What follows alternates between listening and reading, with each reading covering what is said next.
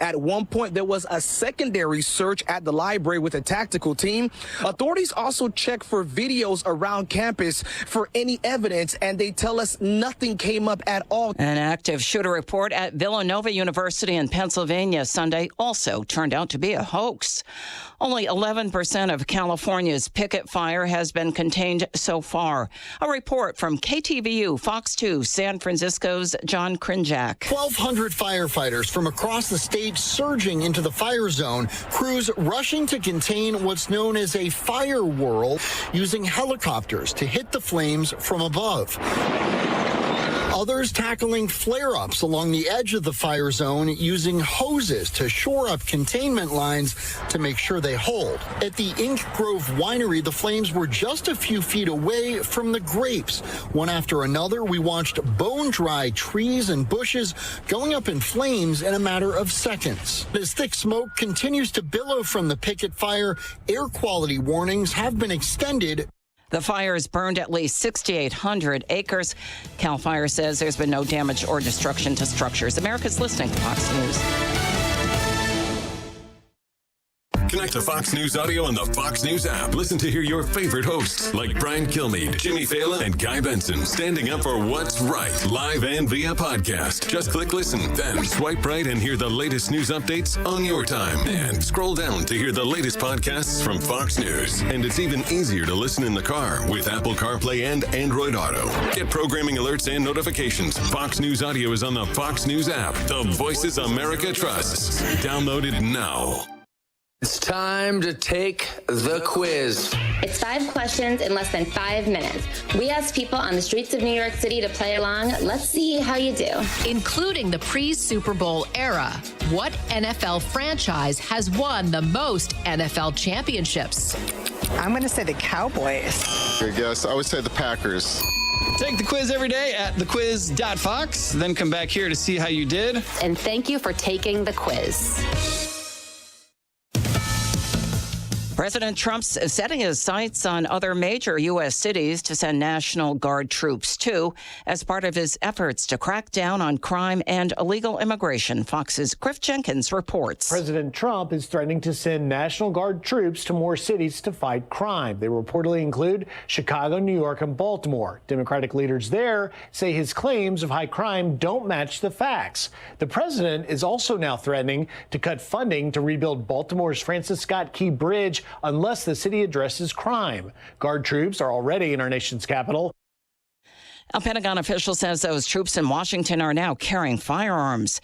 Israel giving Hamas a deadline before Israeli Defense Forces take over Gaza City. Fox's Marianne Rafferty has details. Israel's military is relentlessly pounding Gaza City with strikes ahead of its planned takeover.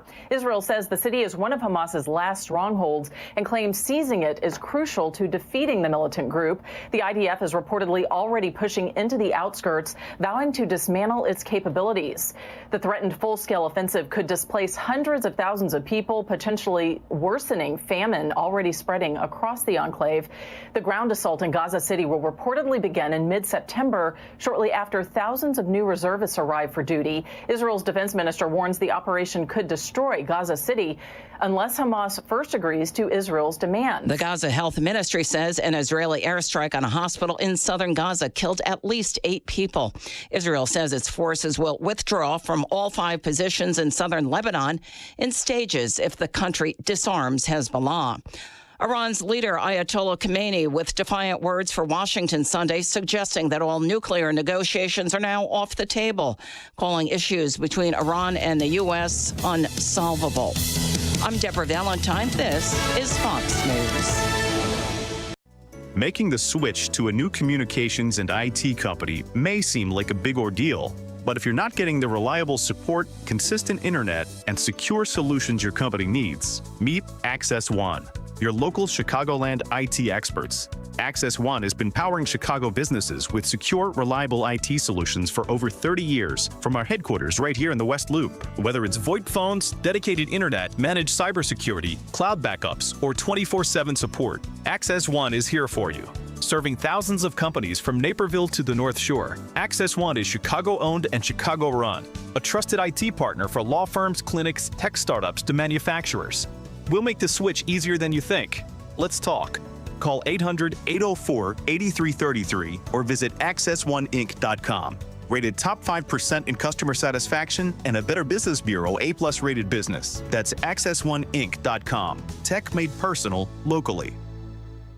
It's more than a backyard. It's a place where lazy afternoons turn into lively evenings and simple moments become lifelong memories. Right at the center of it all, your deck. The stage for your best moments and everyday magic. But the outdoors can be tough on wood. Fading colors, weathered boards, and hidden damage creeping in. That's why homeowners across Chicagoland trust Deck Tech. For over 35 years, they've specialized in cleaning, restoring, and protecting decks, keeping them strong, stunning, and ready for every season. Deck Tech now offers 0% financing options for 21 months. Give that special someone the break they deserve with a Deck Tech gift card. Call 800-956-DECK today or visit restoreyourdeck.com.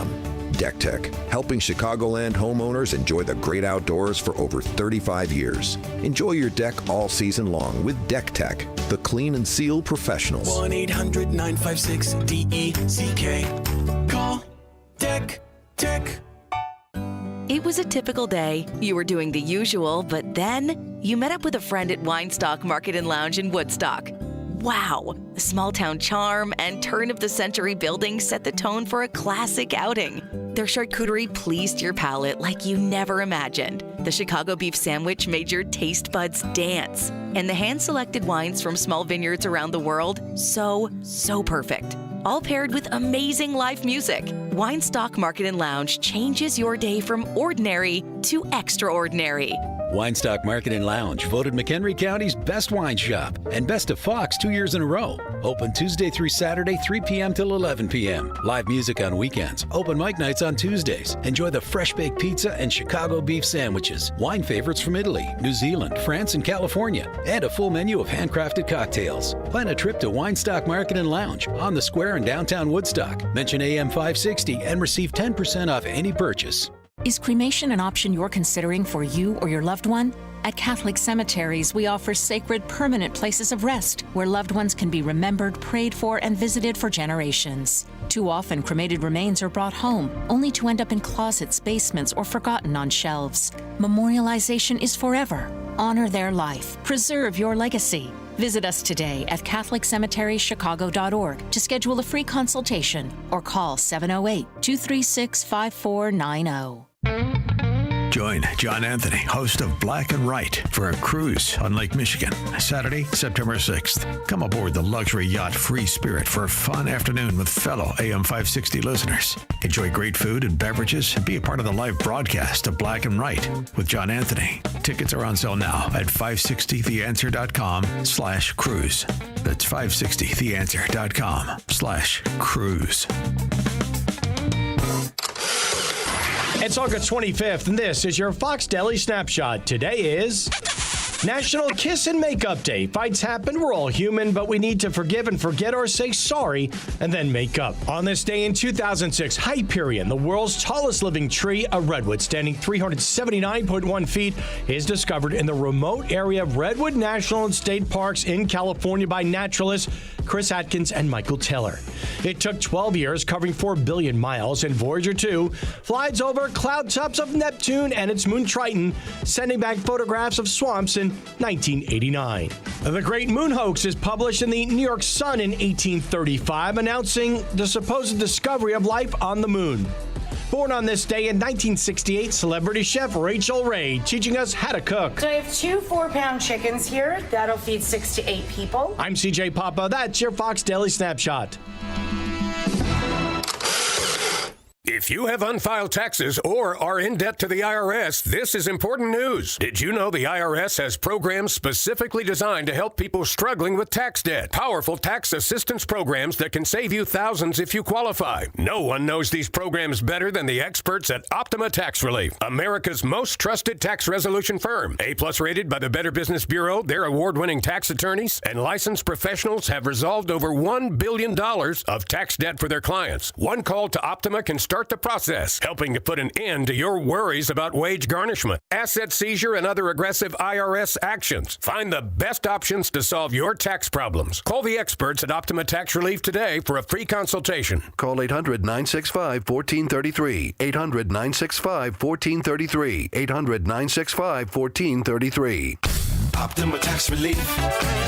Some restrictions apply. For complete details, please visit OptimaTaxRelief.com. A great smile can make you feel happy and confident. So when you consciously conserve your teeth, that glowing smile will show through. At Best Dental Group, doctors Economos, Gavalis, and their staff are ready to help you create that perfect look or maintain the one you have now. Along with general dentistry, Best Dental Group is a multidisciplined practice with an orthodontist, periodontist, and prosthetic specialists on site. They use the newest breakthroughs in dental technology such as titanium implants, Invisalign clear braces, and laser treatments. Don't let fear get in the way. They can recommend sedation to make your experience as comfortable as possible. Best Dental Group is located in historic downtown Bartlett and is a multilingual office. Call 630-830-4930, 630-830-4930, or visit bestdental.org. Best Dental Group, sharing your conservative values and helping you to conserve your teeth. I'm worried about Mom. She's having a tough time moving around the house. Oh, I know.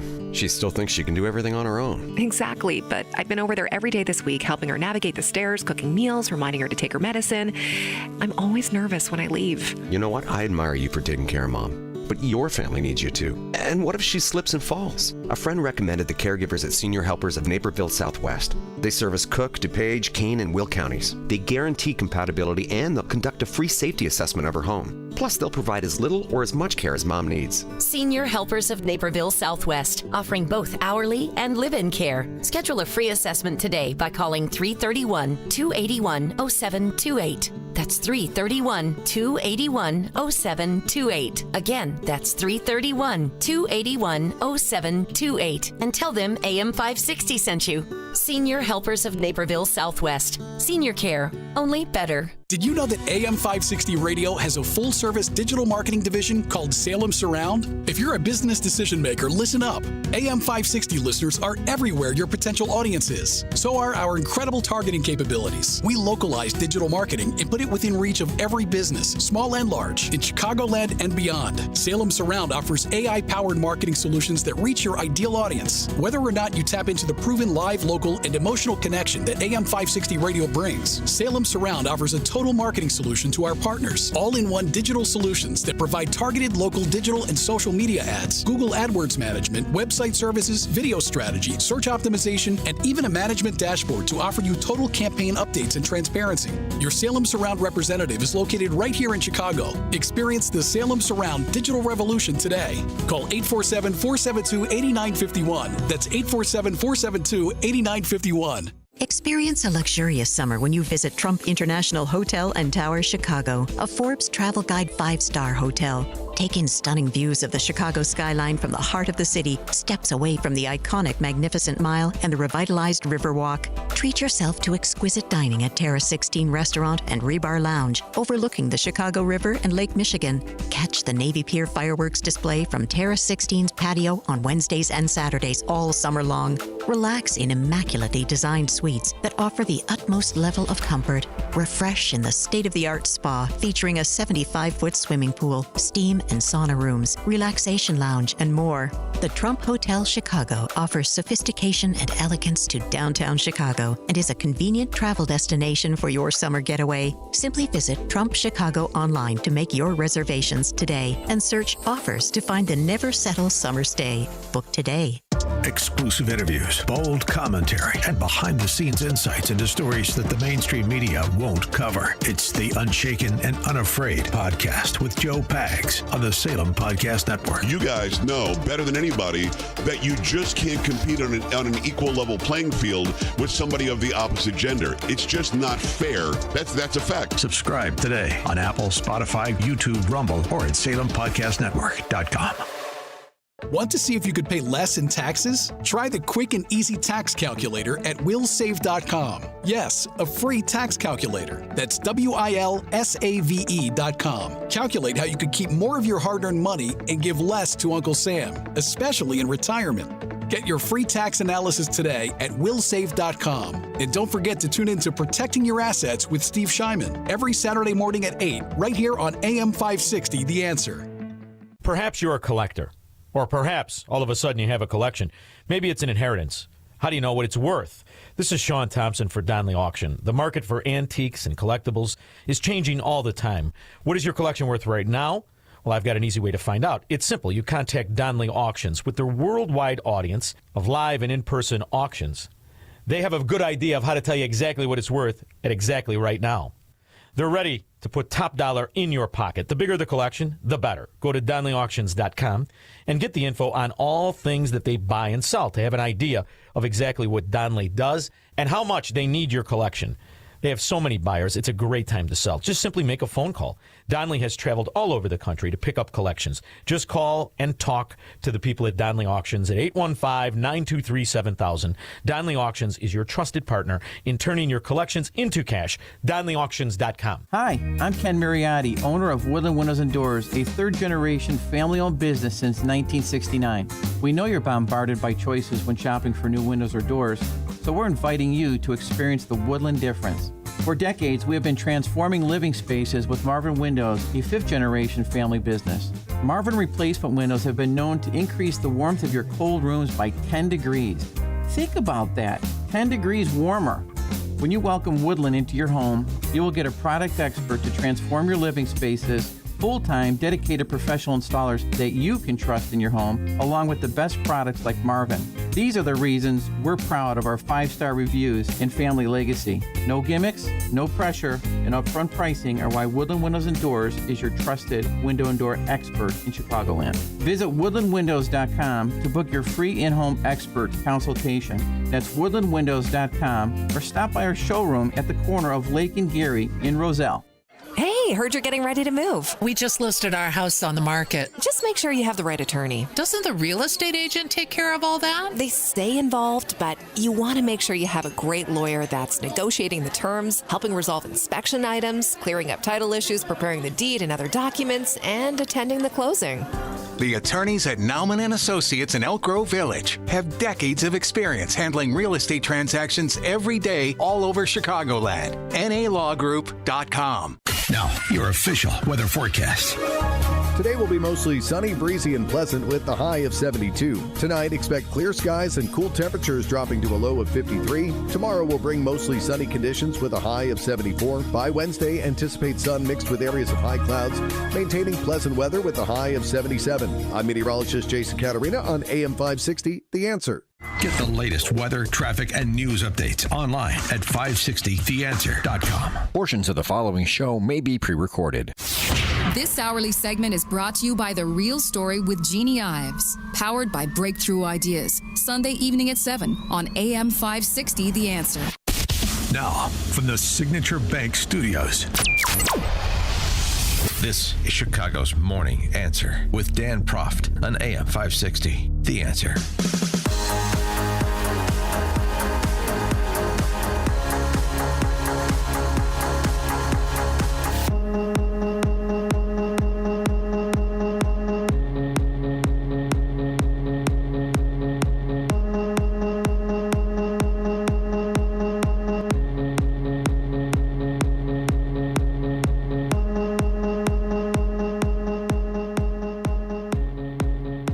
Top of the morning, Dan Proft. And so it went so well in D.C. with the deployment of the National Guard that President Trump wants to take that act on the road, as we talked about last week. But he formalized, after our conversations last week, saying this from the Oval Office, which, of course, had BLM Brandon and Jelly Belly and the full complement of Illinois Marxists heading for the nearest cameras, getting the press releases out to decry President Trump's authoritarian gambit in our fair city of Chicago. It's unnecessary, it's unneeded, it's unconstitutional, it's all of those things and less. The National Guard has done such an incredible job working with the police, and we haven't had to bring in the regular military, which we're willing to do. We have to.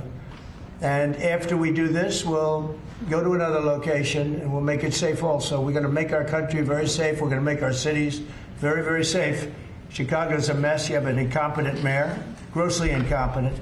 And we'll straighten that one out probably next. That'll be our next one after this. And it won't even be tough.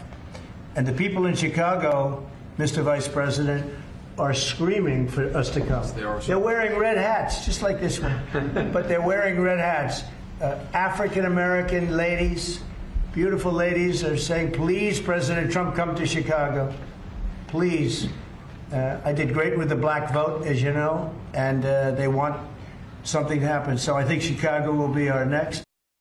And he's not wrong. Before we get to the politicians, let's hear from some of the people. He's not wrong about at least some residents of Chicago welcoming Trump's deployment of the National Guard to increase the peace on the streets. Of course, we had some representatives from Chicago Flips Red, who we've spoken with before on this show, initiated by a couple of black women, the kind of black women wearing MAGA hats that President Trump was talking about. And the reaction. Thank you, President Donald Trump, for hearing us. Zoe Lee and Daniel Carter Walters founded the conservative group Chicago Flips Red and says despite CPD's numbers, many don't feel safe.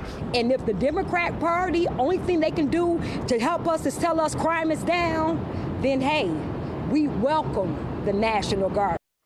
Another poster on social media, just to give a little MOS flavor.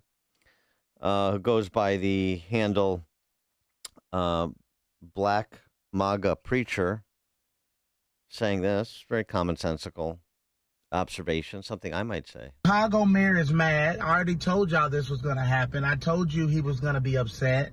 He's already challenging Trump, already telling people to rise up against tyranny.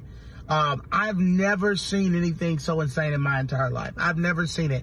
They would rather, because they don't want Trump to get a win. This is all about Trump not getting a win. They don't want Trump to come in and do what he did in D.C. because what that shows is that it could have been done. That if Democrats really focused, they could really stop the crime in their cities. But because it shows, the reason they don't want Trump in Chicago to come to Chicago and in Baltimore and these places is because it shows their incompetence. Bingo. 312-642-5600, turnkey.pro answer line. He went on to make a appropriate comparison to the border. We need to pass legislation. We need more funding to secure the border. This was the handle of the Biden administration. And as Trump said in his address to the joint session of Congress earlier in the year, you didn't need a new policy. You just needed a new president. And look at the 180 that has occurred on the border with border security. And so it is here. You just need a new attitude about public safety in mayor's offices and governor's mansions in certain sanctuary cities and sanctuary states. You don't need more NGO cash to sprinkle the infield with to underwrite all of these so-called violence interrupters. You need a new attitude with respect to the actual parties that are responsible for public safety and the administration of the criminal justice system. That's what you need, and that gentleman has it right. 312-642-5600, turnkey.pro. Answer line, do you want the National Guard deployed to Chicago? Even if it is, even some of the criticism is accurate that it's not a sustainable model long term, you're not going to have the National Guard here and in other major cities that are disintegrating under new Marxist Party rule. You can't have them stationed there in perpetuity, but it puts a marker down and it lets the residents, the long-suffering residents of some of these crime-ridden neighborhoods know that somebody in their federal government cares about them and will intervene to the extent possible to their benefit. Does something. It's just an odd position, an odd rhetorical position that all these politicians are taking, all these, never Trump, MAGA-hating, race-hustling, identitarian new Marxists like Pritzker and Johnson. Such an odd position. So you don't want additional reliable peacekeeping resources. Why? Why wouldn't you take all the resources you can get? Crime's down year over year. So what? There's nobody who doesn't recognize it's a problem, and you say the same things yourselves. I mean, you say it sort of in the namby-pamby way that you say things like, it's not really my fault, we're making improvements, but of course there's always more work to do. Okay, well, if there's more work to do, then wouldn't you welcome more labor to do it? It's such an odd position. We don't want help. Who takes that position? Not to mention, in terms of collaborating beyond partisan lines in the interests of your constituents, you would think would be something maybe some of your constituents at least would be interested to see. But I know you don't really care about the outcomes for your constituents. You care about appealing to a narrow segment of your constituents, mainly those who are not impacted. Old white suburban honkies, mainly those that are not impacted by the endemic violence in some of these neighborhoods and the degradation of the quality of life. You care about them, so you're just looking at the radicalized element in your party because that's to whom you have to appeal if you're, say, a Jelly Belly Pritzker thinking about the 2028 primary, not thinking about the interests of those people in the west or south side of Chicago today and tomorrow and the next day. Right? Do I have that sussed out about right? I mean, the idea that there's arguments against deploying the National Guard, and I'm happy to make them, but to dismiss the idea as quote unquote uncalled for, like Brandon Johnson did. It's uncalled for? No, it's actually called for. More resources and a new attitude actually are called for. And not, again, for you to distribute as patronage awards for political operatives who stand up an NGO so they can stay on the payroll. That's not what we're talking about. Pritzker saying, without foundation, destabilize existing public safety efforts. That's a quote. How? Which ones? Be specific. Of course, so that goes unchallenged. If anything, Trump is exhibiting a sense of urgency about public safety in places like Washington, D.C. and Baltimore and Chicago that you would think you would get from the local political leadership. But we haven't. And you're not going to. And they will just continue to demagogue Trump in lieu of acting in furtherance of the personal security interests of their people. So they say. So they claim. These are our people. That's what Brandon Johnson was claiming all weekend on MSNBC and other friendly environments. And oh, by the way, before, you run your mouth about this being some authoritarian gambit and it's a dictatorship and everybody's a constitutional scholar, we mentioned it when this prospect first arose. I mean, it is not in the so distant past that this was actually proposed by state-level Democrats in Chicago. John Fritchie and LaShawn Ford for two concrete examples. And I heard people disagree. I didn't hear the hue and cry about authoritarianism and tyranny and not our values and all of the other, Brandon level bloviations that we're treated to over the weekend. 312-642-5600, turnkey.pro answer line. Jerry, Northwest Side, you're on Chicago's Morning Answer. Yeah, good morning, Dan. Just really ridiculous that anybody would oppose assistance to come in to help, monitor all the insane crime that's going on in the city, which is, by the way, the crime that's happening in the city of Chicago is far worse than even most educated people know. Only the Chicago police know how bad it is. And to have people come in and assist the Chicago police, how could that be a negative thing? I really don't understand. To have more uniformed officers, There's nobody who's going to know or better monitor the streets of Chicago than the Chicago police. Well, and to assist them. And Jerry, you're retired police, right? Correct. And so what do you say? Well, you heard this, and we'll play some of the clips. Governor of Maryland, Wes Moore, others trying to come up with something that is cogent in criticism of this proposal, the proposed deployment of the National Guard. Well, that you have to understand, they're not trained. They're not trained law enforcement. Well, I mean, do they need to? I mean, they're trained to some extent as National Guardsmen. I mean, as a peacekeeping force, like you're saying, to assist Chicago police, they don't need to arrest anybody. Just their presence and offloading some of the duties that are otherwise carried out by police is assistance, right?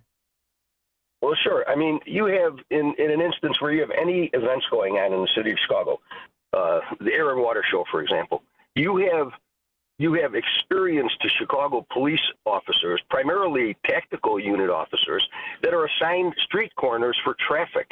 Now they could better be used, in the areas that they're expecting crime, and the National Guard could do that.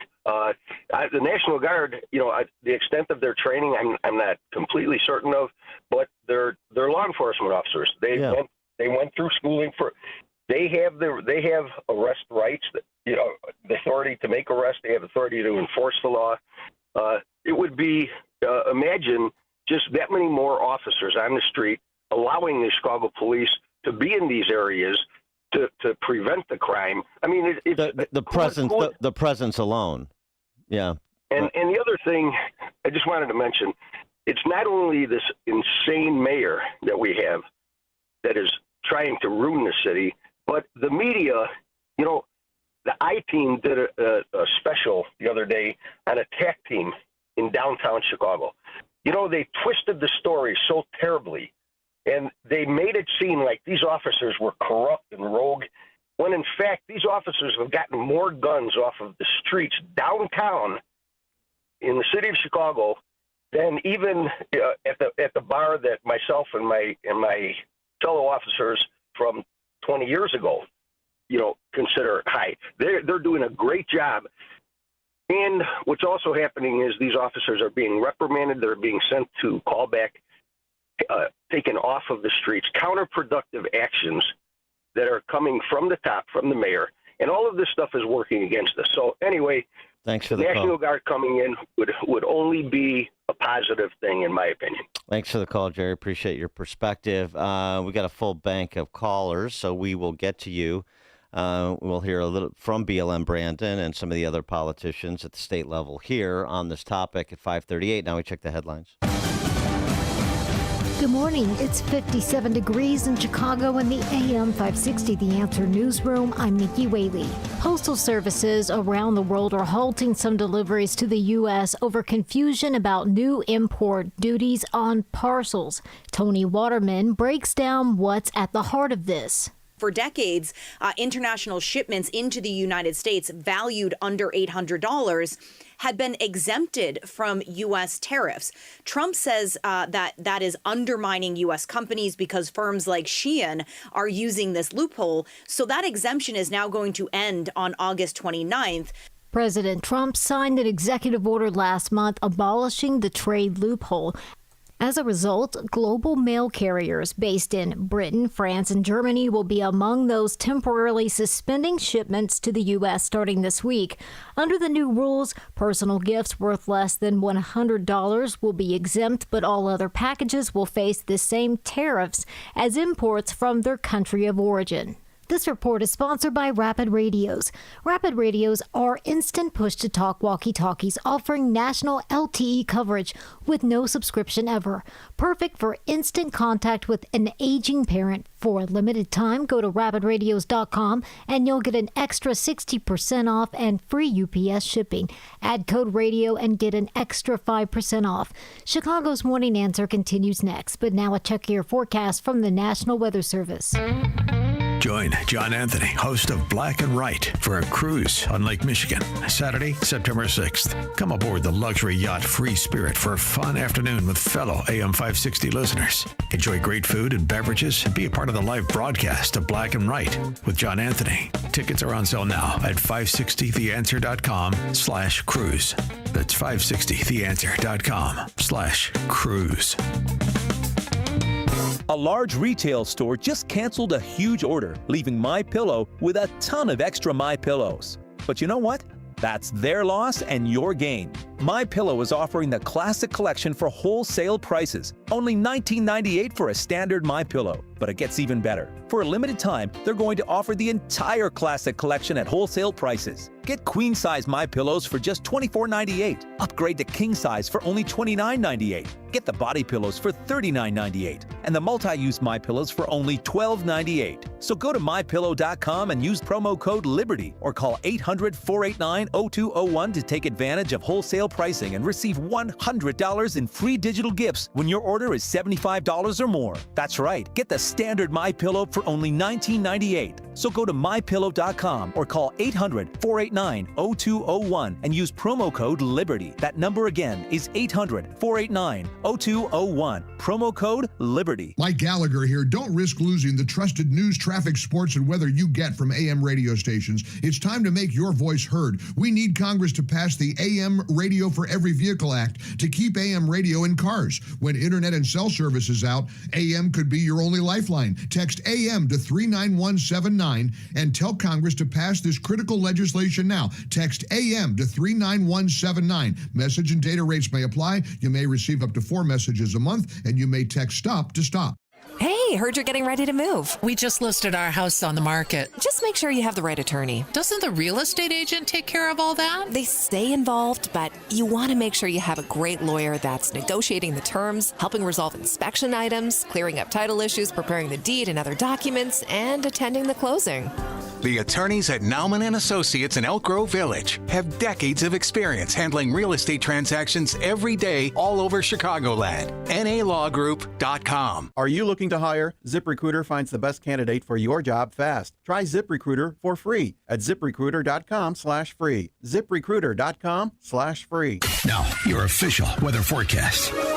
Today will be mostly sunny, breezy, and pleasant with a high of 72. Tonight, expect clear skies and cool temperatures with a low of 53. Tomorrow will bring mostly sunny conditions and nice weather, reaching a high of 74. By Wednesday, anticipate sun with areas of high clouds, creating pleasant conditions with a high of 77. I'm meteorologist Jason Caterina on AM 560, The Answer. Get the latest weather, traffic, and news updates online at 560theanswer.com. Now, from the Signature Bank Studios. If you're looking for the latest news, insight into what it means, and the sharpest opinion, there's only one station in Chicago where you can turn, and it's this one. We're AM 560, The Answer. Top of the morning, Dan Proft here, talking about Trump's promise to deploy the National Guard to Chicago to help police deal with the endemic violence problem in Chicago. And this is, of course, over the opposition by Governor Jelly Belly, Mayor BLM Brandon, and the entire political power structure of that new Marxist party that lords over the state of Illinois. And taking your calls as to whether or not you think this is a judicious idea. Washington Post reporting over the weekend sort of got this rolling, in addition to the comments that you heard from President Trump from the Oval Office that we played before the news, suggesting that according to Pentagon insiders, there has been planning in the works for weeks to do precisely that, which is to build on the Washington, D.C. approach and take it to other cities that can't seem to get their acts together, with Chicago and Baltimore being the next two on the hit list. BLM Brandon's reaction to it over the weekend, just send more cash because we know what to do. We're doing it, and it's working. The president does not have the constitutional or legal authority to federalize the National Guard here in Illinois. It would be, again, a clear, flagrant violation of the Constitution and federal laws. what we've said here repeatedly, and this is the conversation that the governor and I have on a regular basis, if the president was actually sincere about reducing violence in Chicago or anywhere else in this country, he would not have taken $800 million away from violence prevention dollars. Mm-hmm. Yeah, we need more of other people's money to spread to our people. Some may be running organizations that actually do demonstrably good work. Others clearly are not. This is so much street money that is passed around just as the order of the day in Chicago, and it's been that way for a long time. This is nothing new. It's not specific to Brandon Johnson, but he is a perpetuator of it. And, oh, by the way, the net of it is on a macro scale, it hasn't worked. The results are the results are the results. Now, I don't blame the violence erupters. I blame the people that were elected and the choices they make. So, I mean, you start where all the power resides, and then power resides on the 5th floor. You start where the authority is, and the authority is with Preckwinkle and Johnson and Tim Evans and, now Burke, the Cook County State's attorney. That's where it starts. If you want to talk about public safety, if you want to talk about quality of life, that's where it starts. So how have they been doing? This crop and the previous crops for almost as far back as you want to go. Really. 312-642-5600, turnkey.pro answer line.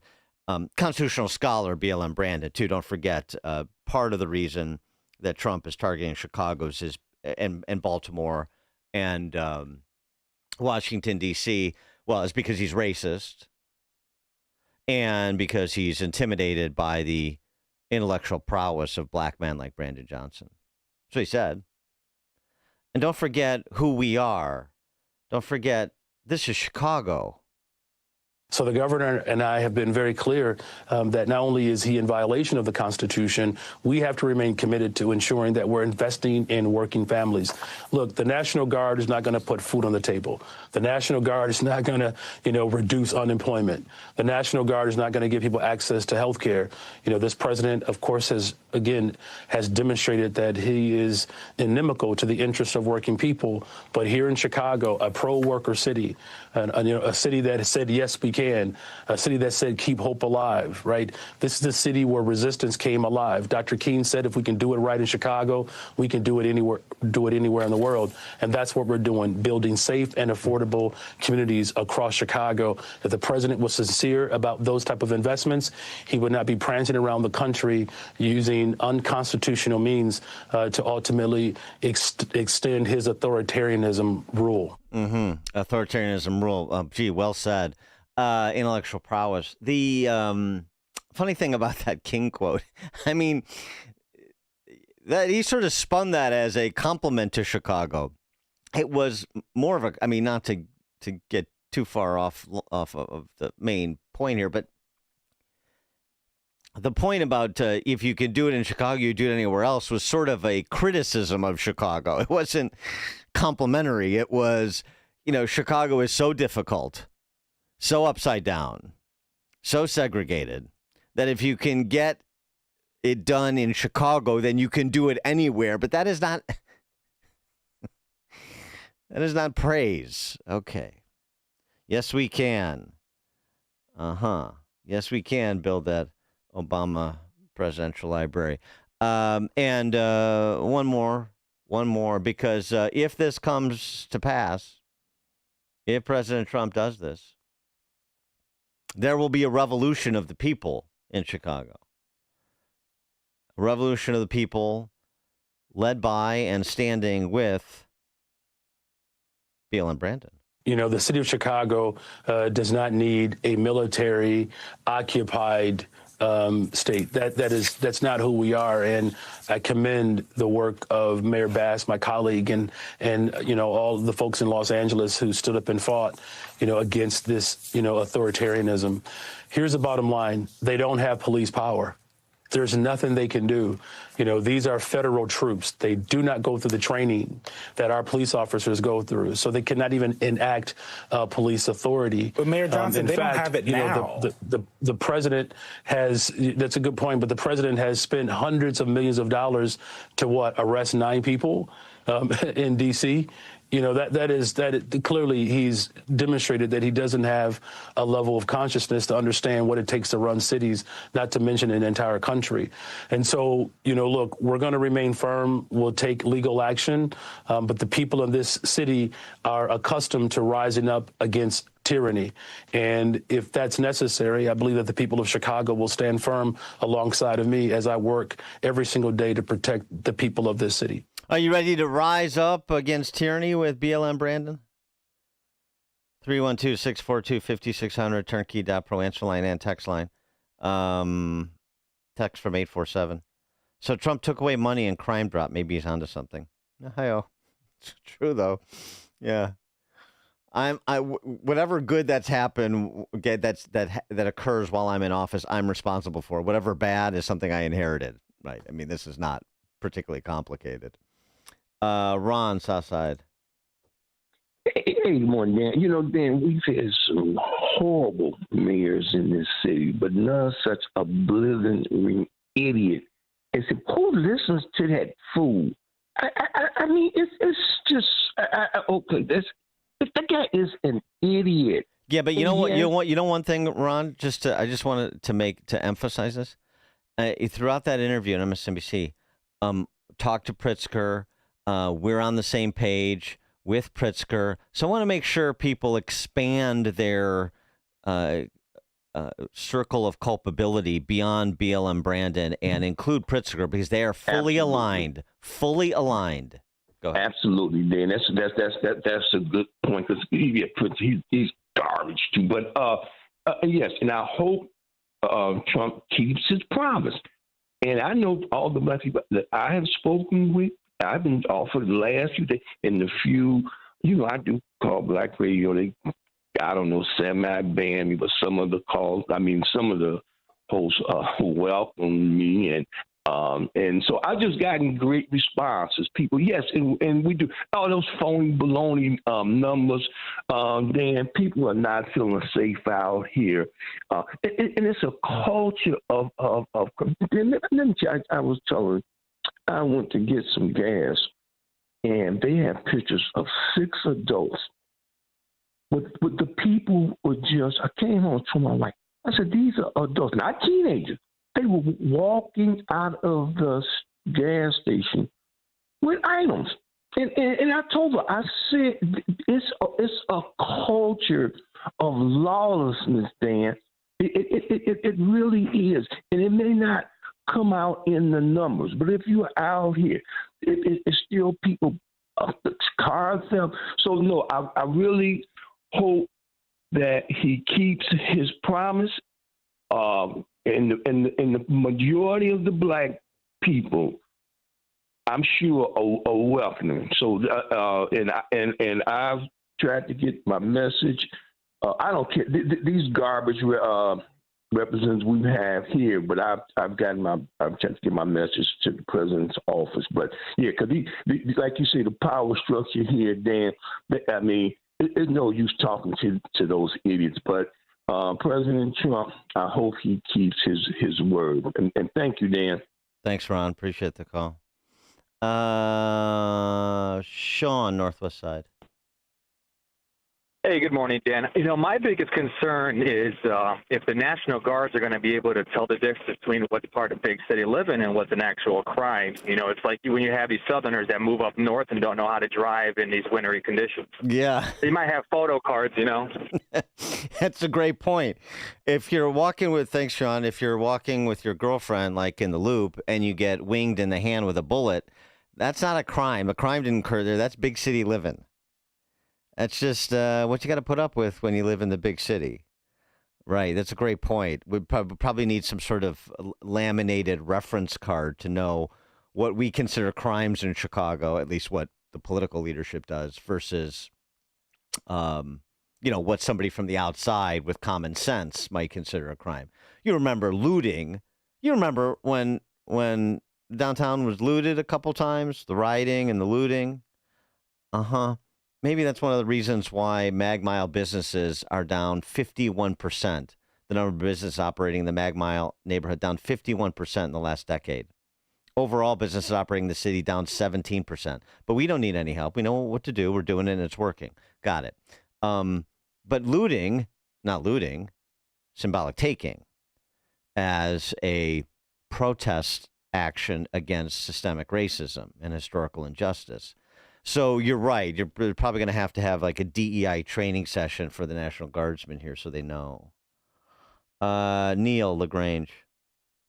Hey, Dan, I'm glad you brought Pritzker into this because he's just as culpable, if not more, than BLM Brandon. Because if you look at his policies, and you just touched on it, look how, not to mention all the people that are fleeing the state, but look at all the businesses that are fleeing the state.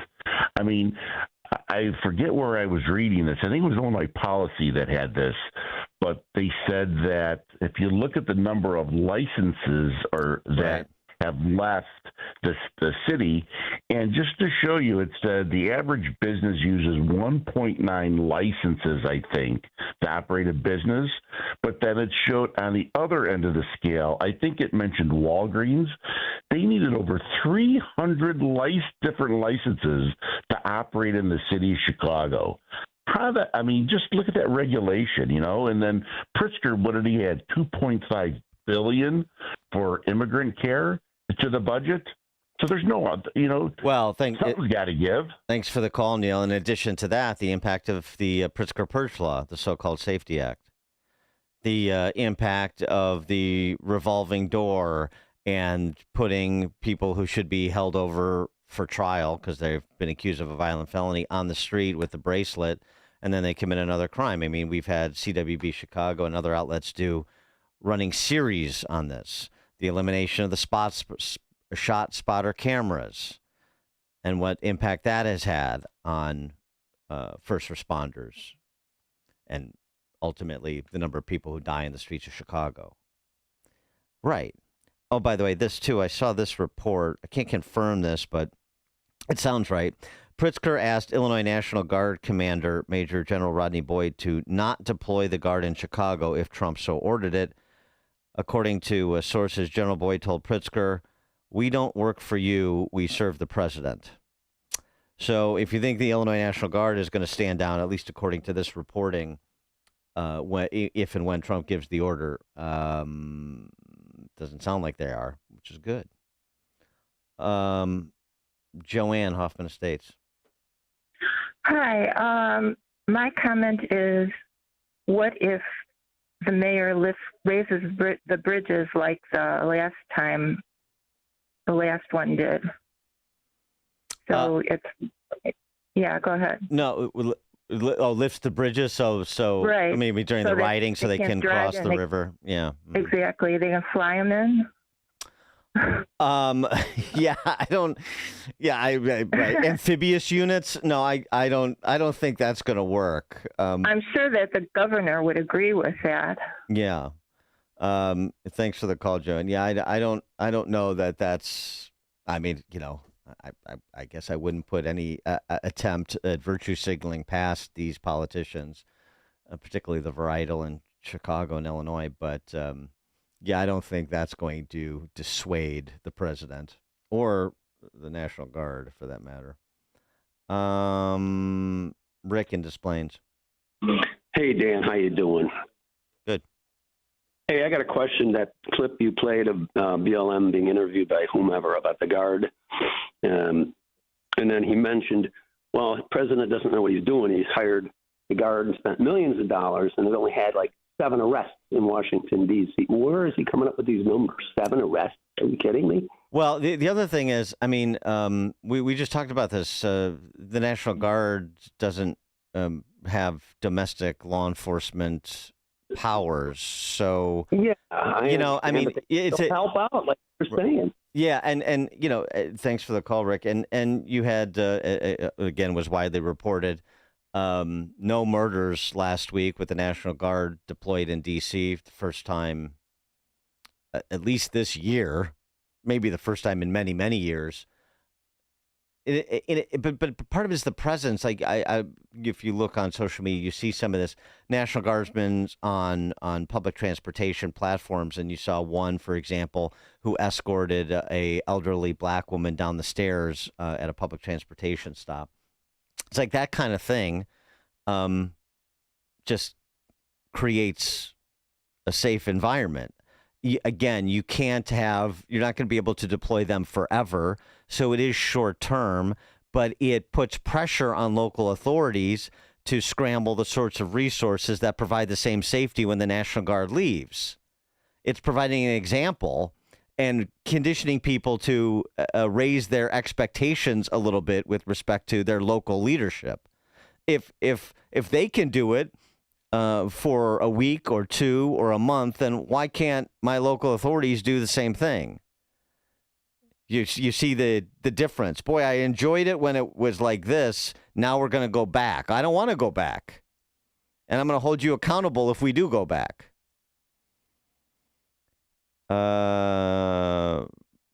Eduardo, Tampa Bay. Yeah, good morning, Dan. Yeah, I got this August 16, 31-year-old Gabriel Ochea, 800 West 27, robbed by two people. I mean, the mayor only cares about getting money. Speaking of Karen Bass, they are cutting down on city services because they're spending so much money on lawsuits. It's pretty ridiculous. So, Mayor Brandon Johnson, you don't know how to run a city. Yeah, right. Thanks. That was another punchline is Brandon Johnson positioning himself like he's Pete Drucker, the effective executive, the mayor of Chicago. I mean, does anybody believe that? Mark in Rochelle. Yeah, first I wanted to just premise this with occupation and tyranny is just more trigger words for the left to try and play this out for their advantage. But I was also a little concerned because out here we get a little bit of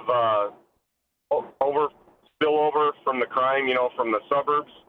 And I was worried that, during some kind of help with the National Guard that criminals are dumb in general, but they're very street smart. Word gets out, they'll just push further out in the suburbs while this is going on and then, move back when they're gone. And all of this is really for naught if they don't start actually arresting, persecuting, and jailing the criminals that we have, like you said. So just my thought. Thanks for the call, Mark. Lewis, Southside. Good morning, Dan. We have to remember what the Dark Knight ran on. You said it, the quality of life. And he used the tariffs to bring back companies in the business field.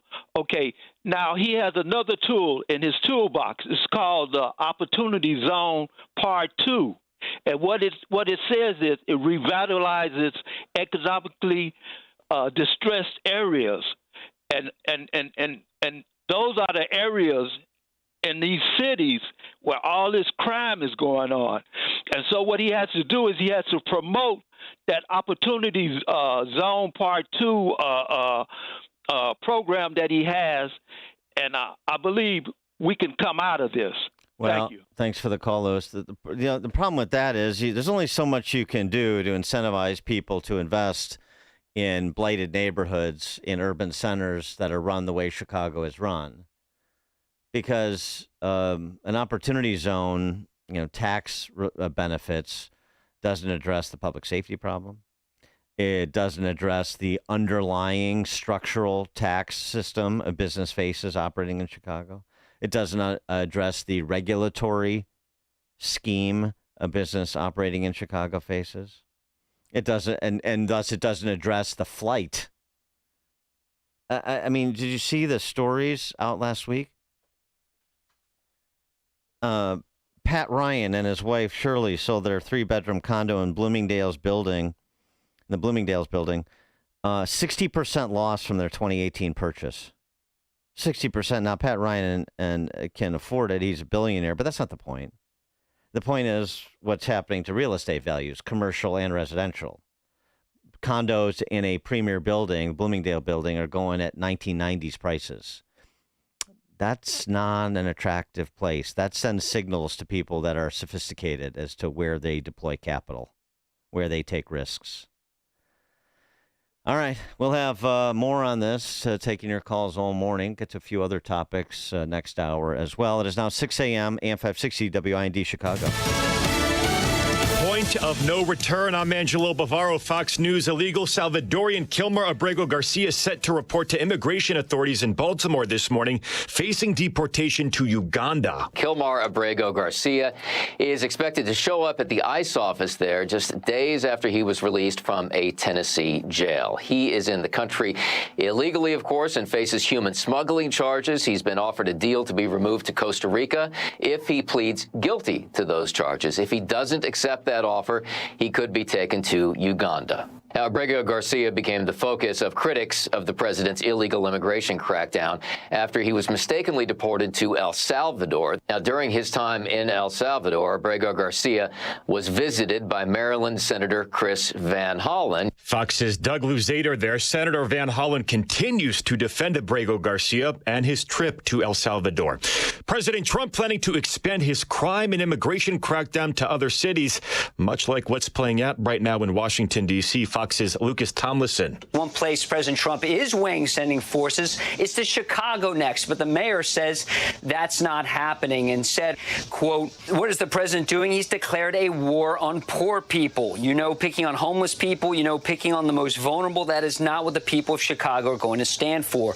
Over 2,000 National Guard soldiers patrolling the streets of the nation's capital. Maryland Governor Wes Moore invited President Trump to visit Baltimore. He also rejected the idea of the Guard coming into the city with the second highest murder rate this year, over 50 citizens killed per 100,000 residents. The White House crediting President Trump's crackdown in D.C. with hundreds of arrests. 19 people are dead, including 4 journalists, after an Israeli strike hit a southern Gaza's main hospital on Monday. That's according to the Gaza's Hamas-run health ministry. America is listening to Fox News.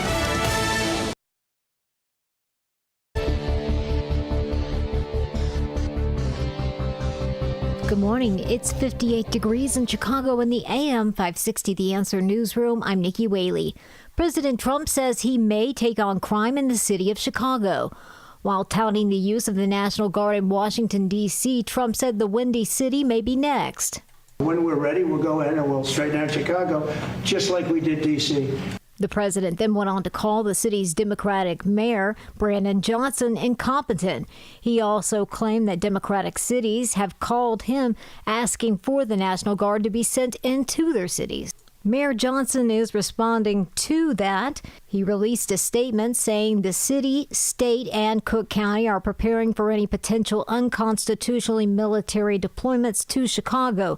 Johnson says that they're currently evaluating all legal options to protect the people of Chicago. He added that the city has reduced all forms of violent crime through constitutional policing, violence prevention, and investing in communities. A 5-year-old boy is dead following a shooting on the south side. Police say the victim was shot in the head yesterday inside an apartment in the 4400 block of South Greenwood Avenue. The victim was pronounced dead at the hospital. No one is in custody, and a firearm was recovered at the scene. It is being investigated as a possible accidental shooting. And no one is in custody after a man was shot and killed outside of a motel on the southwest side. Police say the shooting happened Friday morning near West 49th Street and South Archer Avenue in the Archer Heights neighborhood. Someone approached the victim sitting in a vehicle and shot him multiple times. The victim hasn't been identified. News is a service of AlmostFreeTeeth.com. What if you could save on average 90% for dental implants and get 100% of your smile back? With the Blue Cross Blue Shield PPO or FEP, it's possible. Check if you qualify at AlmostFreeTeeth.com. A check of the roads coming up in 2 minutes on AM 560 The Answer. Town Hall News, where conservative voices cut through the noise from breaking headlines to fearless opinion. We report what matters without apology. Written by people who actually believe what you believe. Town Hall tells the stories the corporate press buries, from President Trump to Capitol Hill, from pivotal elections to your everyday lives. Join the movement at townhall.com. Real stories, real reporters, real conservative media. Sign up for the AM 560 Answer Advantage to get early alerts on event ticket sales, special discounts, and contest opportunities. Sign up today at 560theanswer.com/advantage. Hi, I'm Ken Mariotti, owner of Woodland Windows and Doors, a third-generation family-owned business since 1969. We know you're bombarded by choices when shopping for new windows or doors, so we're inviting you to experience the Woodland difference. For decades, we have been transforming living spaces with Marvin Windows, a fifth-generation family business. Marvin replacement windows have been known to increase the warmth of your cold rooms by 10 degrees. Think about that, 10 degrees warmer. When you welcome Woodland into your home, you will get a product expert to transform your living spaces, full-time, dedicated professional installers that you can trust in your home, along with the best products like Marvin. These are the reasons we're proud of our 5-star reviews and family legacy. No gimmicks, no pressure, and upfront pricing are why Woodland Windows and Doors is your trusted window and door expert in Chicagoland. Visit woodlandwindows.com to book your free in-home expert consultation. That's woodlandwindows.com, or stop by our showroom at the corner of Lake and Geary in Roselle. Are you living with dry AMD? If so, you could be on the road to geographic atrophy, or GA, a condition that leads to retinal cell death and permanent vision loss. But with Izervay, you can slow it down and get it going slower. Izervay slows GA progression by targeting a key source of retinal cell death, which may help preserve your vision longer. Izervay, or Avastin Captid Pegol, is a prescription eye injection used to treat GA. Don't take it if you have an infection or active swelling in or around your eye. Izervay can cause eye infection, retinal detachment, or increased risk of wet AMD. Izervay may temporarily increase eye pressure. Your vision may be impaired after an eye injection or exam. Don't delay. Ask your doctor about Izervay today. Izervay gets GA going slower. Visit Izervay.com. That's IZERVAY.com. Paid for by Astellas Pharma.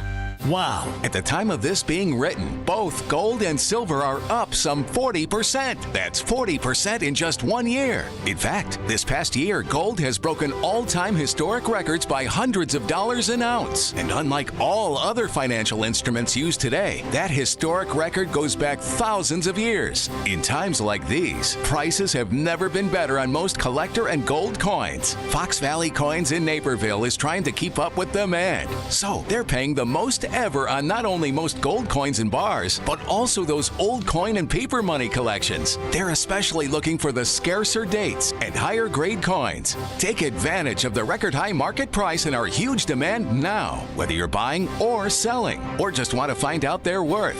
Fox Valley Coins is the place to go.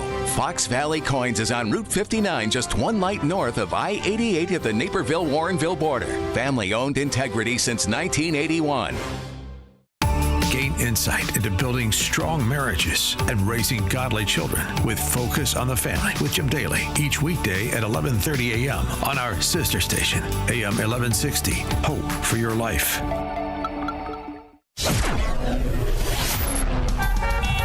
From the Team Hochberg Traffic Center, I'm Nikki Whaley. On the Edens inbound from Lake Cook to Montrose, 14 minutes. Outbound, 13 minutes. On the Kennedy inbound from Montrose to the Burn Interchange, about 11 minutes. Outbound is about 9 minutes. On the Eisenhower inbound from Wolf to the Old Post Office, 14 minutes. Outbound is about 17 minutes. On the Stevenson from the Tri-State to Lakeshore Drive, 21 minutes. Outbound is about 15 minutes. Traffic is a service of Team Hochberg. They've helped thousands of AM 560 listeners with the best rates and service. Let Team Hochberg help you by visiting 56david.com or call 855-563-2843. That's 56david.com. Lower.com equal housing lender NMLS 1124061. Chicago's Morning Answer continues next, but now a quick check of your forecast from the National Weather Service. Today will be mostly sunny, breezy, and pleasant with the high of 72. Tonight, expect clear skies and cool temperatures dropping to a low of 53. Tomorrow will bring mostly sunny conditions with a high of 74. By Wednesday, anticipate sun mixed with areas of high clouds, maintaining pleasant weather with a high of 77. I'm meteorologist Jason Caterina on AM 560, The Answer.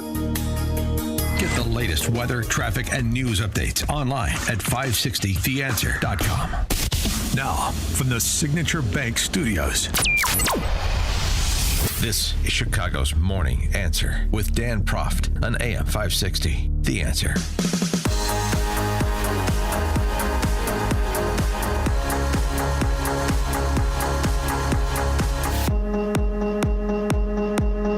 Top of the morning, Dan Proft. We got to continue with our conversation about Trump's use of the National Guard with Chicago and Baltimore up next, reportedly.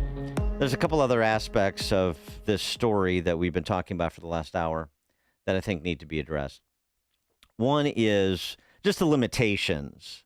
You know, this will be litigated. I'm sure you'll have the Attorney General, Kwame Raoul, the state Attorney General in Illinois, go to court to try to enjoin the president from deploying the National Guard, because there are limitations, right? The National Guard cannot be used for domestic policing purposes. That's the Posse Comitatus federal law. And in addition, unlike L.A., the president would be deploying the National Guard and unlike D.C., which has specific federal legislation that details the outlines of the president's power with respect to a non-state, the district. But unlike L.A., for example, where the National Guard was deployed, Gavin Newsom sought to enjoin its deployment. He lost in court because that was in furtherance of enforcing federal immigration law. If you're not deploying the National Guard for the purposes of enforcing federal law, then you're somewhat limited to, emergency situations. And could you say this is an emergency situation? Well, a riot and a riot in response to federal law enforcement, ICE, that's a specific thing that you bring resources to bear. If it's sort of just the nature of daily life in a big city like Chicago, in a United States of America state like Illinois, it's a different thing. But I would say this, in terms of the arguments to make, the funny thing about the people that are decrying, these politicians decrying Trump's use of the National Guard, is that on the one hand, they decry the National Guard. On the other hand, though, they want federal law enforcement to come in. And they tout the fact that we work with federal law enforcement agencies like DEA and ATF, and this is reducing crime. Well, those are federal, and also we're leveling up crimes. This is like was actually done under Bill Barr in Trump 1.0. We're leveling up crimes to charge individuals who commit for violent acts with guns, with federal crimes. So they go to federal prison. Okay, well, that implicates federal law then.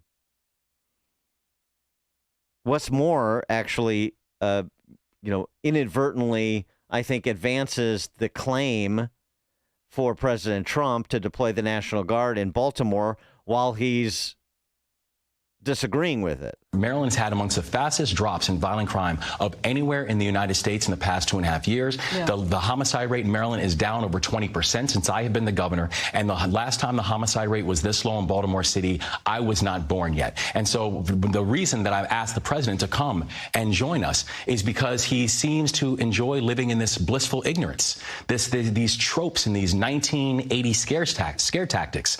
And, just last week I was in Baltimore. And I was with a group called We Are Us, who's a violence intervention group. And they say, we're all we got. We're all we need. Mm-hmm. And that's exactly how people in this community feel. Because while the president is spending his time from the Oval Office making jabs and attacks at us, there are people actually on the ground doing the work who know what supports would actually work to continue to bring down crime, but it's falling on deaf ears of the president of the United States. One, it is not sustainable. You cannot continue this type of pace of operations, particularly when it's costing over $1 million a day in order to do this. The second, it's not scalable. You're not going to be able to do this in every single major American city, particularly when many of the cities that have the highest crime rates are the places that have actually deployed their National Guards to Washington, D.C. So who's going to go do the work in their cities? The third, it's unconstitutional. It's a direct violation of the 10th Amendment. And for a party that talks about state rights, it's amazing how they're having such a big government approach in the way they're conducting public safety. The fourth reason is because it's deeply disrespectful to the members of the National Guard. You know, as someone who actually deployed overseas and served my country in combat, to ask these men and women to do a job that they're not trained for is just deeply disrespectful. Yeah, although the National Guardsmen, I don't think take that posture, but it's nice that he's very concerned about the sensibilities of National Guardsmen. But anyway, again, so he's, claiming credit for the reduction in violent crime that's occurred nationally, sort of regressing to the mean of pre-COVID levels of violent crime in a lot of these big urban centers. That doesn't mean that quality of life is materially better. It also doesn't mean that in those neighborhoods that are most beset by violent crime, things have changed considerably, which is what you're hearing actually from the residents of those neighborhoods around the country, interestingly. But to the extent we're using ATF, you didn't hear him say it, but he said it in this interview. We're using ATF, we're partnering with DEA, and it's working. Okay, well, so it's a federal-local joint. So why not a federal-local joint with additional resources, as I said before, in the form of the National Guard? I don't understand. Because you said, Governor Moore, Governor Pritzker, Mayor Johnson, there's more work to do. So, again, more people to do the work that needs to be done. I mean, if you have such great regard for the National Guard, then doesn't seem to me like they would be overwhelmed by the tasks at hand for them to complement what local law enforcement is doing. Right? Oh, by the way, the other angle in too is to say for President Trump, when this is ultimately litigated, because Kwame Raoul had this to say. Turning the federal military on American citizens is a sign of authoritarianism. Yeah, so that's what he's going to argue in court on behalf of Governor Pritzker. Guarantee it. But wait a second. So the president also said, look, I got to enforce federal immigration law in a state and a city that flouts it. So I am deploying the National Guard in part to enforce federal law, in part in both with respect to immigration as with respect to working with local law enforcement to upcharge some of these violent crimes federally, and shows there's my nexus to federal deployment of these resources to those ends. I don't think it's a terrible argument to make. If you want to make it, if you want to do this. 312-642-5600, turnkey.pro answer line. And, of course, in addition to authoritarianism, you get the claims of racism. And that's where Father Pfleger comes in. I think he wants to provoke violence. Because if he can provoke violence, then it's going to be martial law. Mm-hmm. Martial law. And, of course, he's targeting majority-minority cities or cities that are governed by minorities. That's what he's doing. And that's the explanation that Jasmine Crockett, of course, gave on Gavin Newsom's podcast. Do these people have anything to do other than these media pops all the time, especially a governor spending more time podcasting? Although that's probably better for the residents of California, probably less time governing from Gavin Newsom or Jasmine Crockett is preferred. Yeah, so it's very dystopian to see. It's funny because I used to watch like The Handmaid's Tale, and I can't, right? I never finished, and I can't watch it because it is too close to reality. And so what we're seeing is this militarization, and obviously it started in your state. That was kind of the testing grounds, going to your state, going to a Black woman mayor's city first. And now we are in yet another Black woman-led city and taking over. And to me, it goes again to the level of racism and hate that is constantly spewed out of this administration. Now, they hate for you to call them what they are, but listen, I mean, if it walk like a duck, quack like a duck, then I guess it is a duck. So, like, racism is racism, and you are specifically targeting these Black-led areas. Yes, the Black-led areas are being targeted for public safety for the Black residents disproportionately. And that's what Jasmine Crockett calls racist. Yeah, I mean, it's the usual. What do you expect? That's what you're going to get from these folks. That's all they have. Tyranny, racism, rinse, repeat. Mike, Southwest Side. Yeah, hi, Dan. Thanks for taking the call. I think a lot of it, the crime in the cities, due to these gangs and the drugs and the turf wars that's going on. And if the president seems to deem that bringing in the National Guard and in line with the FBI, the ATF, the Drug Enforcement Agency, and ICE, I have no problem. You know, it's going to solve a lot of the problems temporarily, like you say, but maybe these people will wake up and say, hey, maybe the president's right and he's got a point. Thanks for the call, Mike. Well, there is a problem, something else I wanted to get to, and that's the Stockholm Syndrome that afflicts Chicago like perhaps nowhere else in the country, at least the degree of it. Good example of this, and something that Sean from the Northwest Side earlier, the difference between crime and big city living. Jill Ciminello, she is a Chicago-based automotive writer, influencer, TikTok creator, YouTube personality, and podcast host. Sounds like Gavin Newsom, except for the automotive writer piece. Mm-hmm. She posted on X something that got a lot of attention because it's so indicative of this. You want to talk about dystopian? This dystopian or Orwellian mentality that is prevalent among Chicago residents. She posted this on X in response to the prospect of Trump deploying the National Guard.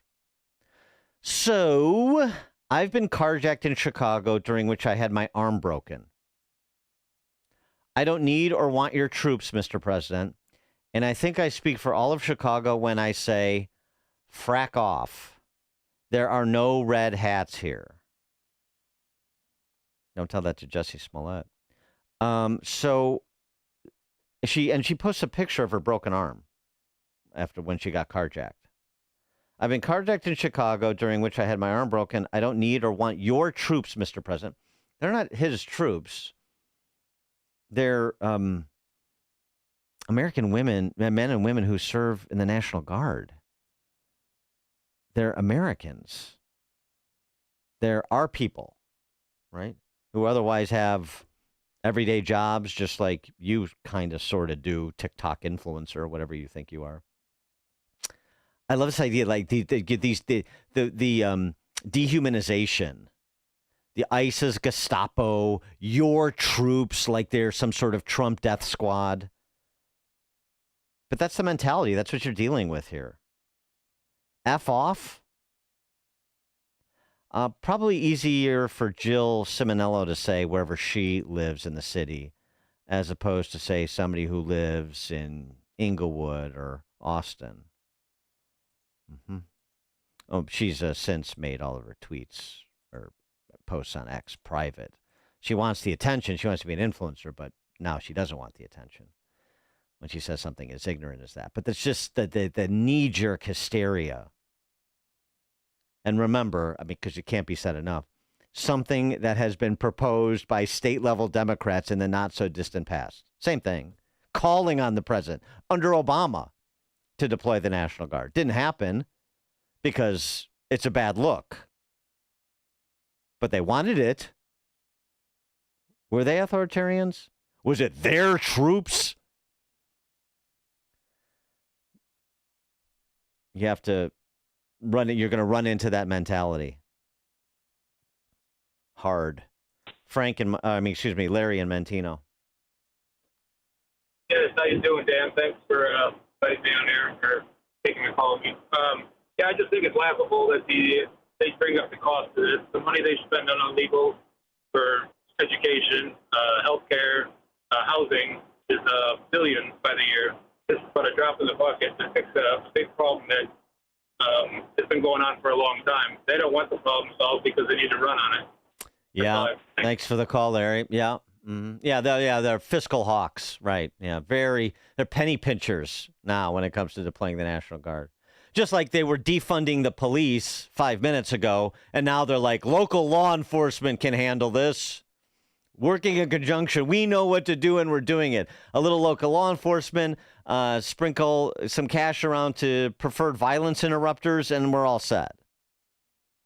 Defund the police 5 minutes ago. We're working with federal law enforcement. The ISIS Gestapo. Corey Woodlawn. Hey, thanks for taking the call, Dan. I'm going to try to be quick as possible. My mother we grew up on the west side of Chicago. 9 kids by my father. 5 shot. My baby brother was murdered in May. He was beaten to death on the corner of Laramie and Lake. Oh, my God. Of the 9 kids she had, 3 have been murdered in the city of Chicago. This problem has been brewing for decades, and the Democrats will not lift a finger to stop it. I praise if Trump comes. He's the only one that thinks this problem is a giant problem. As Mayor Brandon Johnson rides through our neighborhood with a 50 police entourage, he doesn't care. But he also notices that this is a problem. He just wants himself and his family to be safe. Everyone else, be damned. This is a problem. And they're paying these ex-gangbangers is never going to solve it because most of them are also the problem.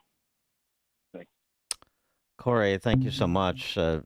Obviously, geez, terribly sorry to hear about your brother who was murdered in May and other family members, too. I mean, this, wow. Wow. I hope that brings that home for people. 9 kids and 6 have been shot, 3 murdered. Isn't that what Corey said? It's bad.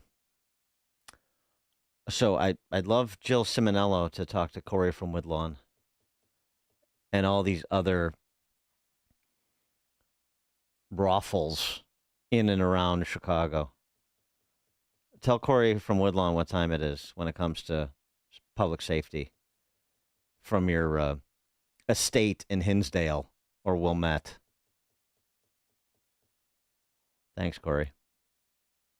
Susan, Cedar Lake, Indiana. Yeah, I'm sorry about Corey's family. But you know what, Dan? I was carjacked at gunpoint outside the hospital where I worked as a nurse. And when they found my car in Calumet City with a flat tire, the chief of police said to me, or the detective said, you know what, at least you weren't raped or murdered. And you know what? The detective is now in prison serving time for selling guns back to gangbangers. My daughter had her car broken into because there was an empty tote bag in the back. They probably thought there was something in it. And my son was hit by a hit-and-run driver and totaled his car. So tell Jill to just F off, you know. I would have loved to have the National Guard there to help me go to work to pay for these jerks. You know what I mean? With all our tax money. I'm just so sick of it. This was 20 years ago, and I can remember it like it was yesterday. Terrible. I would love the National Guard. And I moved out. I moved out of state because of all this, you know. Maybe I could go to the city that I really enjoyed going to, or go on the train, you know, with my kids and take them downtown to see stuff. But you just can't even do that anymore when you're just a normal, regular person. Thanks, Dan. Thank you, Susan. Appreciate that. There's only one radio show in Chicago talking about today's biggest stories and telling you what they really mean. That show is this one, Chicago's Morning Answer on AM 560, The Answer. You need a construction company, but who? Call Crosscom. A construction company you can trust that shares your Christian and conservative values. For decades, Crosscom has been doing work in Chicagoland, Northwest Indiana, and Wisconsin. Roofs, siding, windows, doors, gutters, basically everything for your home or business, even solar. Quality work and professional services that make you feel great about your decision to work with Crosscom. Call Crosscom. 630-871-5500. Give them a chance to earn your business. If your repairs are due to storm, fire, or flood damage, you need to call Crosscom. They're licensed public adjusters. They work for you, not the insurance company. Crosscom will work to get you the money you deserve, the maximum payout. They know the insurance companies and how to deal with them. They win for you. Call Crosscom. Crosscom Construction and Public Adjusters. This is Dan Lights with Crosscom. You can trust us with your home or business for high-quality work and fair prices. It's the only way we do business. 630-871-5500. CrosscomPublicAdjusters.com. The IRS finally caught up with Louie. I hadn't paid my taxes in 8 years. I owe the IRS a lot of money. Louie was in deep trouble. We're going to take your house, put a lien on your bank account, garnish your pay. They don't care. They're going to take your paycheck. Louis found out about Optima Tax Relief, the leading tax resolution firm. A-plus rated by the Better Business Bureau, they've resolved over $1 billion for their clients. Optima Tax, they help me. They calm me down. They make me feel comfortable, and I trust them. Louis has a lot to be thankful for. I don't owe the IRS anymore, and I'm able to live a comfortable life, a lot better life. It was because of Optima Tax. For tax help you can trust, call Optima now for a free consultation. Take it from Louis. If you owe the IRS, don't go it alone. Give Optima Tax a call. They can help you. Call 800-965-1433. 800-965-1433. 800-965-1433. Optima Tax Relief.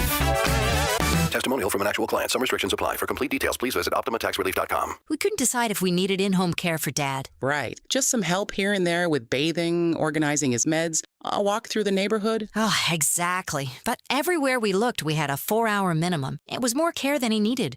And it didn't make sense to spend extra for it. Then we found Senior Helpers of Naperville Southwest. No minimum hours. We were shocked. Now a caregiver stops by once or twice a week for just an hour or two to help with the small things that make a big difference. And Mom loves the visits. It's not just help.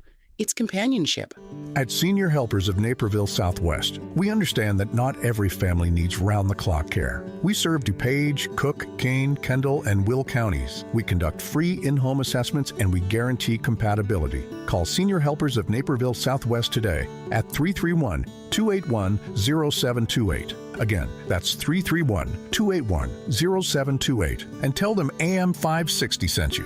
Senior Helpers of Naperville Southwest. Senior care, only better. The following advertisement includes a celebrity impersonation. The summer heat in Chicagoland is no joke. And if your old air conditioner is making funny noises, you may already know it's time for a new unit. Look, your air conditioner, it's a disaster. People are telling me it's the worst ever. Don't sweat it, literally. When it comes to cooling your home, Air Right Heating and Cooling does it the best. And they love our country. Beautiful people. Rebates are still available, financing is flexible, and at Air Right installations are smooth and professional with no surprises. It's beautiful. Some people say it's the coolest air anyone's ever felt. I don't know. That's just what they're saying. It's doing an incredible job. Really tremendous. Plus, tell them AM 560 sent you and Air Right will give you $56 off any service. Visit Air Right Heating and Cooling today at AIR-RITE.com. Again, that's AIR-RITE.com. Air Right Heating and Cooling. Doing it right since 1959. AM 560. The Answer.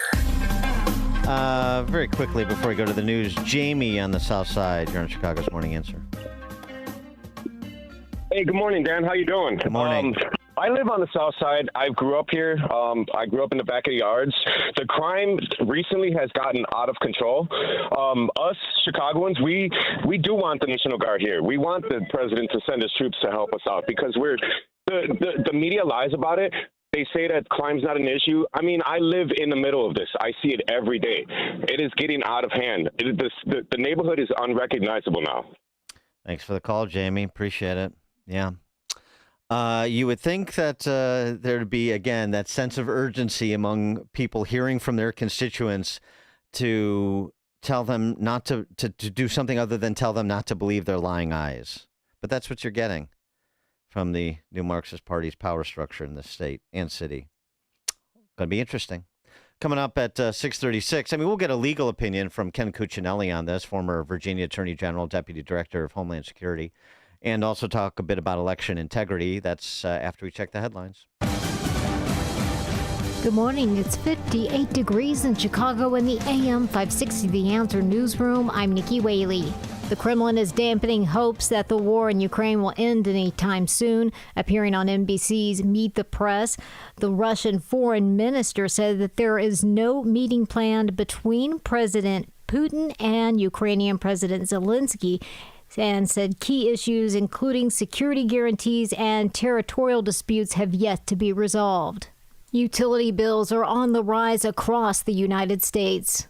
Federal data shows electricity costs are up by more than 5% and natural gas has risen by nearly 14%. An analysis from the Center for American Progress shows nearly 60 utility companies will soon increase electricity rates this year by more than $38 billion, and that's affecting over 57 million Americans. The U.S. Energy Information Administration expects residential electricity rates to increase by a whopping 18% in the near future. I'm Lisa Carton. News is a service of AlmostFreeTeeth.com. What if you could save on average 90% for dental implants and get 100% of your smile back? With a Blue Cross Blue Shield PPO or FEP, it's possible. Check if you qualify at AlmostFreeTeeth.com. A check of the roads coming up in 2 minutes on AM 560 The Answer. Join John Anthony, host of Black and Right, for a cruise on Lake Michigan, Saturday, September 6th. Come aboard the luxury yacht Free Spirit for a fun afternoon with fellow AM 560 listeners. Enjoy great food and beverages and be a part of the live broadcast of Black and Right with John Anthony. Tickets are on sale now at 560theanswer.com/cruise. That's 560theanswer.com/cruise. Hi, I'm Ken Mariotti, owner of Woodland Windows and Doors, a third-generation family-owned business since 1969. We know you're bombarded by choices when shopping for new windows or doors, so we're inviting you to experience the Woodland difference. For decades, we have been transforming living spaces with Marvin Windows, a fifth-generation family business. Marvin replacement windows have been known to increase the warmth of your cold rooms by 10 degrees. Think about that, 10 degrees warmer. When you welcome Woodland into your home, you will get a product expert to transform your living spaces, full-time, dedicated professional installers that you can trust in your home, along with the best products like Marvin. These are the reasons we're proud of our 5-star reviews and family legacy. No gimmicks, no pressure, and upfront pricing are why Woodland Windows and Doors is your trusted window and door expert in Chicagoland. Visit woodlandwindows.com to book your free in-home expert consultation. That's woodlandwindows.com, or stop by our showroom at the corner of Lake and Geary in Roselle. This is Albert Mohler for townhall.com. Dr. James Dobson, defender and friend of the family, died in Colorado Springs, Colorado. His public life began as an associate clinical professor of pediatrics at the University of Southern California School of Medicine, which he joined after completing his doctorate in psychology.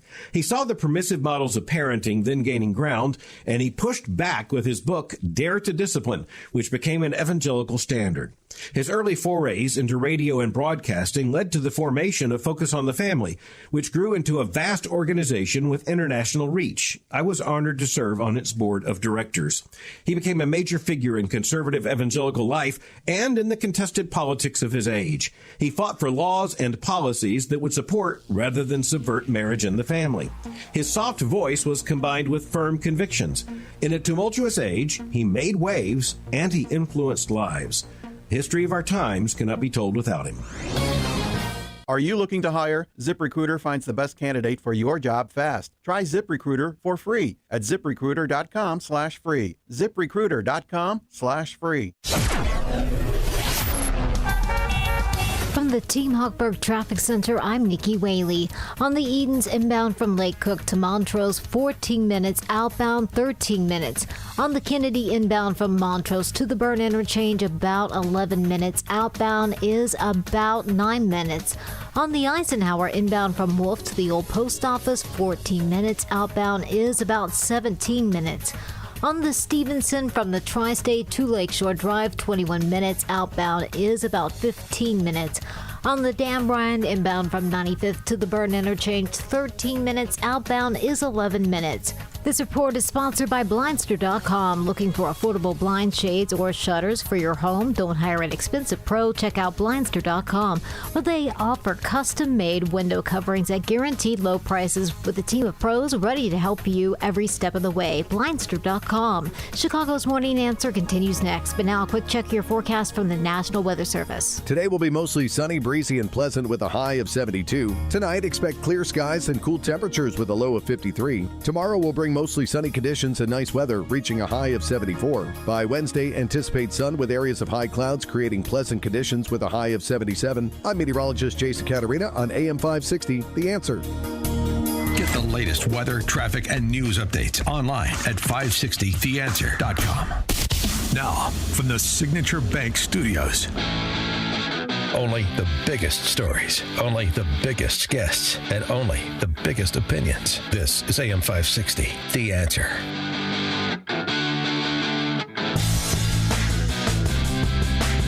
Top of the morning, Dan Proft here. The deployment of the National Guard is not the only fight that is brewing between the Trump administration and the new Marxists in charge of the state of Illinois.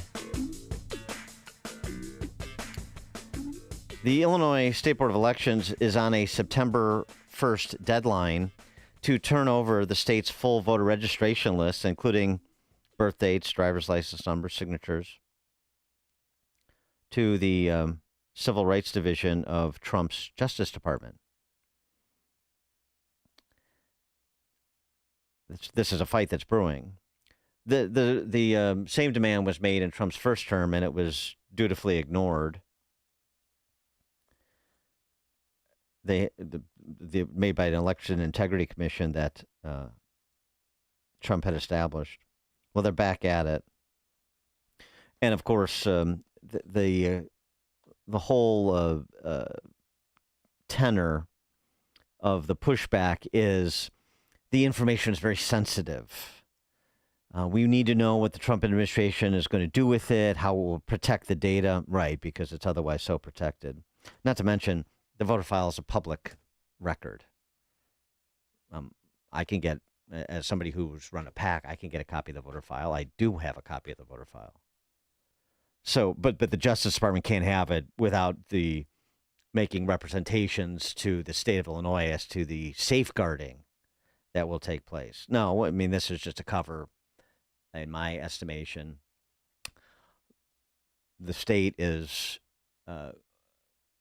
using so as to avoid any scrutiny as to the quality of the data in the voter file. In other words, have these voter rolls been cleaned up at all to remove people who have passed away, to remove people who have moved away, to remove people who may be in this country illegally? Right. This is part of the election integrity fight that rolls on past 2024 and will continue. For more on the topic, we're pleased to be joined by Ken Cuccinelli, National Chairman of the Election Transparency Initiative, former Virginia Attorney General and former Deputy Secretary of Homeland Security as well. Ken, thanks for joining us. Appreciate it. Good to be with you, Dan, as always. So, this is the latest front, and we need an update from you, since you're sort of monitoring this in all 50 states, because it's not just Illinois, it's Wisconsin and several other states that have received similar data requests from the Department of Justice. And am I right to say it's so that the federal government can see if the state government is living up to its responsibilities to ensure free and fair elections by maintaining proper voter rolls? Yes, and this is the first time I can remember Republican or Democrat administrations actually enforcing the federal requirements for voter roll cleanups. They were part of Motor Voter 30 plus years ago, and I don't think any administration has ever enforced these requirements. And to give you an idea of just how dirty some of these voter rolls can be, Judicial Watch engaged in a multi-year fight in Los Angeles County, which has a population of about 10 million, same a little more than Virginia. And after several years, they won and had 1.2 million ineligible or dead people removed from the rolls in a county of 10 million people. So 10% of the entire population of the, or at least the equivalent. Of course, they had more people on the rolls, but this is long overdue, and it's interesting. Everything you said in the intro is absolutely accurate, and including, I think, your supposition of the motives of Illinois to stall here, when anybody doing anything political in the state of Illinois can sign one of those contracts that I'm sure you've signed running a PAC. Yeah. To get the voter list. So suddenly the Justice Department is the enemy, of course, and we understand why that is if you're Illinois. But all they're doing is enforcing the law. Yeah, well, That's all they're doing. that's the key point too. You know, because you'll just get their standard stock response of tyranny. This is I thought Republicans were for states' rights, and this is these elections are state and local matters. Well, yeah, but there's also federal law that governs them. You were just outlining, and Harmeet Dillon in the Office of Civil Rights said basically, to your response about there are state laws that protect the privacy interests of voters with respect to their voting information. She's like, well, that's clause. Yeah, that's preempted. So you're out of luck. Right. Yeah. Right, and they know that. To your point, it's like the hit the orange man bad button. Yeah. And right. Commence the screaming, etc. But there's no basis for Illinois, no legal basis for them to object to this, and just as there was no basis for Newsom to object to Trump federalizing the National Guard. I mean, that's an automatic power, and yet he sued, knowing full well he was going to lose because it was a news opportunity, and that's really what's going on here. Is Illinois is generating a news opportunity just to attack Trump, and that's it. But the end game here is that they'll be able to access the voter files, and I have no doubt, unfortunately, because this is one of the weaknesses of election systems all over the country. Voter files are very dirty, and by dirty, I don't mean evil dirty. I mean out of date, unkept up, sloppy, mistake-ridden dirty. And the more junk you have in the pile, the easier it is to hide fraud, which is one of the reasons it's so important to clean them up. And with 2% of Americans roughly moving every month, that's 48% in one congressional 2-year cycle. Now, of course, a lot of those are repeats, but you get the idea. America is a very mobile society. Keeping up voter rolls is way, way, way behind the society itself. And this is one of those things I've tried to encourage our allies in state legislatures. Start using private databases. Don't just rely on, the post office national change of address database, and in the next breath criticize the post office for how bad it is, and it is. And now we're going to rely on their data to clean up the voter rolls. If you want to sell something on Amazon, they're going to run you through 100 private databases and make sure you are who you say you are where you say you are, because they want accountability within their own system. And they do that very cost effectively, and they do it very fast. All our governments, including the reddest of red states, do it slowly and badly. And I'm sorry to say that about our friends, but they're unwilling to use the tools that would make this cheap and fast. Well, it seems to me this is the sort of the parallel fear with redistricting. Like Republicans lethargic and essentially gerrymandering, like what's going on in Texas. Because they don't want to be called racist. It's sort of the same thing. I mean, you just mentioned, I don't want to gloss over this. I mean, L.A. County, 1.3 million in a 10 million universe of bad voter files. Yeah. I mean, that's incredible. Yeah, and spread that over the nation. That's incredible. And so it's the same thing. I mean, obviously Texas is moving forward on the remapping. Under the law, under the law, this is what they can do. And if you want to have hypocrites like J.B. Pritzker level criticisms, then go ahead. I mean, so we're either going to do the system one way, and you're going to have both sides engaged in that, or you're going to do it another way. But the idea, like it's for me but not for thee, which they do on all of these matters, is silliness. But they've gotten away with it for so long in certain locales because they just play the you're a racist card, basically. Yeah, absolutely. And enough of our squishes cower from it. It's still sort of this Bush mentality of trying to get everyone to love you, and that is just not going to happen. Right. And in fact, in this world we're in now, we're farther and farther from it, not closer and closer to it. So that doesn't mean you do irrational things. You just take your position, and if you believe something's right, you fight all the way through the tape for it.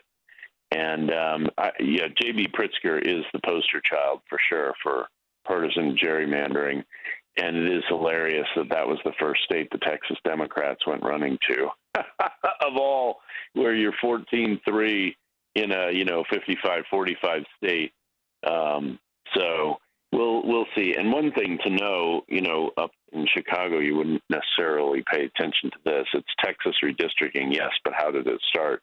It started with a Fifth Circuit ruling last year that said combining Hispanics and black voters in what are called coalition districts to meet the majority-minority requirements of the Voting Rights Act isn't legitimate. And that was overturning a 1988 case in the Fifth Circuit. And so once that case last year happened, during the Biden administration, of course, then a number of the districts in Texas were illegal. And the Justice Department sent Texas a letter and said, under this ruling last year by the Fifth Circuit, these districts are not legal and you need to redraw these districts. And so that's how it began. And people can say, yeah, well, it was the Trump Justice Department sent him a letter. Yeah, well, it was a court that made the ruling. Mm-hmm. And everybody knows that the districts were exactly what the court said they were. So, I've heard very little discussion that this all started with bringing Texas into compliance with the Voting Rights Act. Governor Newsom doesn't mention that in his many rants. Governor Pritzker doesn't mention that, right? No, they just use this is highly unusual. Well, yeah, it's unique circumstances. So what? Okay, so what? Well, the most common mid-decennial redistricting is because of court ruling. Yeah. And that's been going on for a long time, particularly in years in my lifetime. That has accelerated. Really, it hardly existed before that because of one person, one vote in the early 60s and the Voting Rights Act in the mid-60s. And that has brought, election litigation that didn't exist for the first 3 quarters of the United States history. And by the way, Pritzker, not only the national poster boy for gerrymandering, but also for Lipitor. But I digress. I wanted Must be a long-term plan. Yeah, right. Yes, it's trying to scare people straight. The possible deployment of the National Guard to Chicago or Baltimore, as distinguished from D.C. or the case of California. Is it your view that Trump has the emergency power to federalize the National Guard to Chicago in the case that he wants to? Well, he does, but realize that the federal power over the District of Columbia is unique in the country. It's in the Constitution, and there are laws in place that give him levers of authority, like the 30-day takeover of the police, that don't exist in Chicago. He can't take over the Chicago police because of the 10th Amendment. And the 10th Amendment doesn't apply. This sounds funny. Doesn't apply. I shouldn't say it doesn't apply. It isn't relevant to D.C. because D.C. isn't a state. Mm-hmm. And but states are sovereign. They created the federal government. They were here first. And so the president can't take over state elements and manpower like he can in the District of Columbia. Can he bring the Guard? Can he federalize the Guard? Yes, he can. Does posse comitatus stop them from making arrests? No, it doesn't. You all are going to hear about that. The Insurrection Act doesn't stop it. The Insurrection Act is a very unfortunately named piece of legislation. There are 3 other reasons that aren't insurrections. The powers of that statute, which dates back to the very beginning of our country, and has been used repeatedly, can be employed. And it's anywhere the president thinks that he has inadequate manpower or resources to perform federal duties, and that can be law enforcement as well.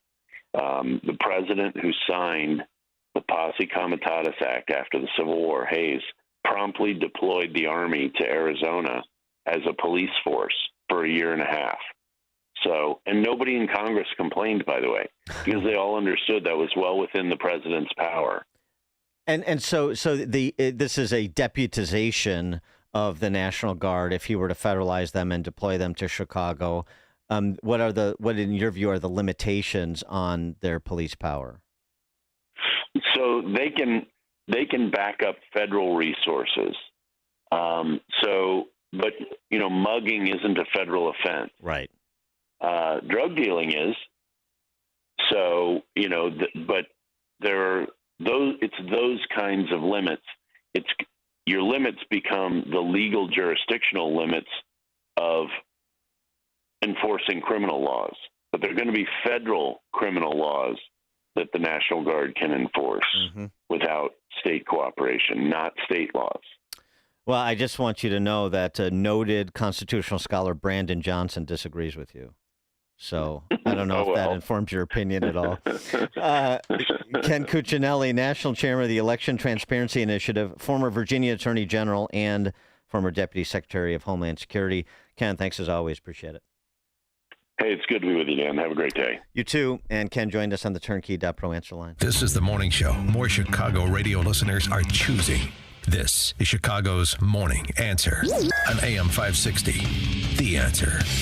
This is an urgent announcement for anyone that's $10,000 or more in debt. Before you make another minimum payment, you need to know there are special programs that can completely free you of your debt. Total Financial Freedom can help you become debt-free in months instead of years. Resolve your credit card debt, signature loans, department store cards, internet loans, and timeshares. Call now at 800-533-6605 for a free consultation. For 17 years, Total Financial Freedom has helped thousands get out of debt. You can feel confident when calling because Total Financial Freedom is A+ rated by the Better Business Bureau and a Christian-owned company. Don't get stuck in the endless cycle of payments. You have the right to get your debt resolved and substantially reduce your monthly payments. Call Christian-owned Total Financial Freedom now at 800-533-6605. That's 800-533-6605. 800-533-6605. You think your 401k is safe, growing, reliable. But here's the truth. The 401k was never designed to make you wealthy. It was built to shift risk onto you, leaving your retirement exposed to Wall Street crashes, inflation, and chaos. Noble Gold helps Americans roll over part of their 401k into real physical gold. Tax advantage, penalty-free, and shockproof. Get your free wealth protection kit now at noblegoldinvestments.com. That's noblegoldinvestments.com. Past performance may not be indicative of future results. Investing in precious metals, including gold, involves risks. Consult with your tax attorney or financial professional before making an investment decision.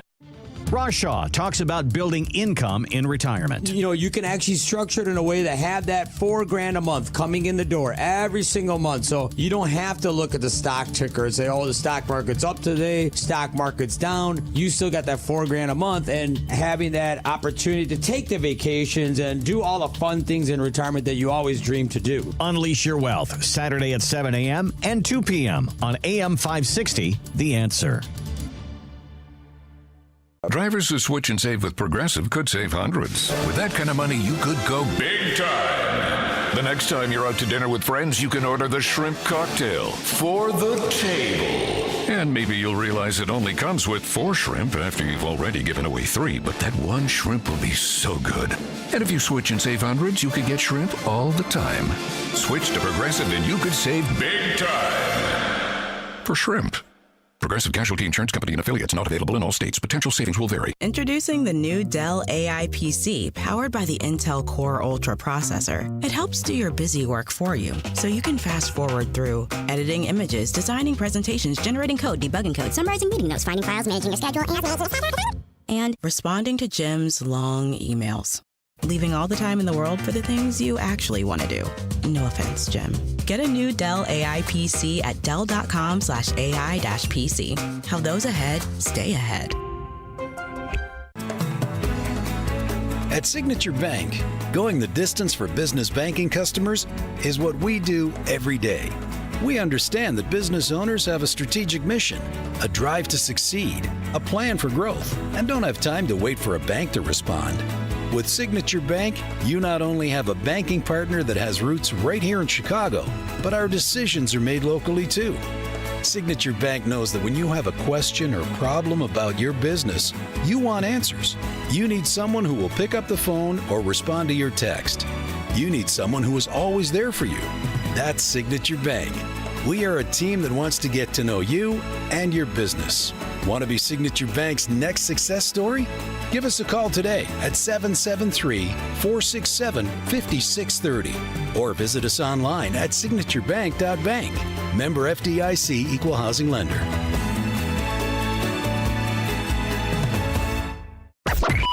AM 560, The Answer.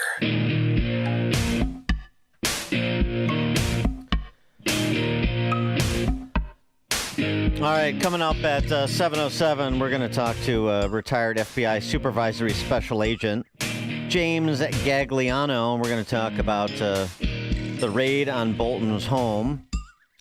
President Trump had something to say about that, as well as the latest docs released from the quote-unquote Epstein files. All that's at 7:07. It is now 7 a.m. on AM 560 WIND Chicago.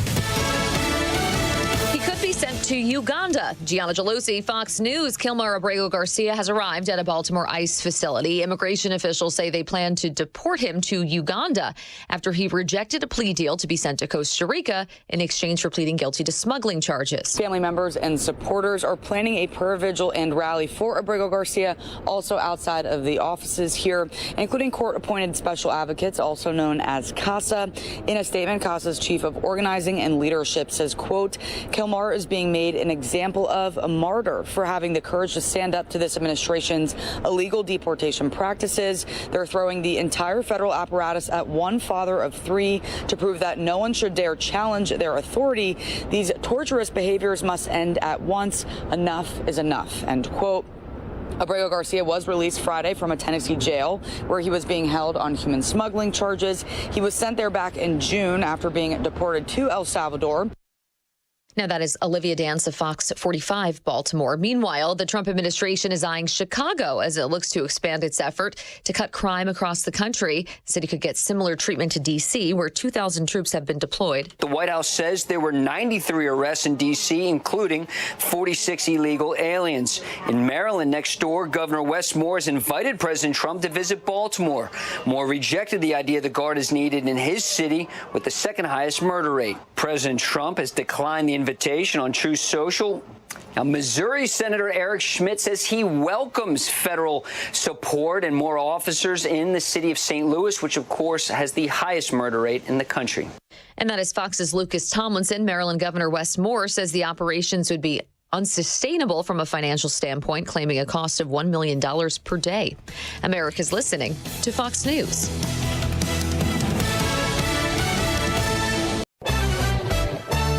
Good morning. It's 58 degrees in Chicago in the AM 560 The Answer newsroom. I'm Nikki Whaley.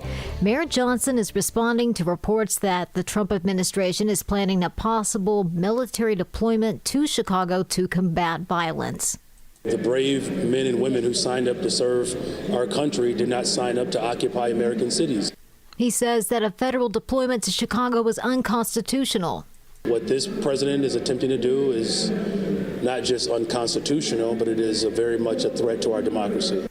The mayor released a statement saying the city, state, and Cook County are preparing for any potential unconstitutional military deployments to Chicago. Johnson says that they're currently evaluating all legal options to protect the people of Chicago. He adds that the city has reduced all forms of violent crime through constitutional policing, violence prevention, and investing in our communities.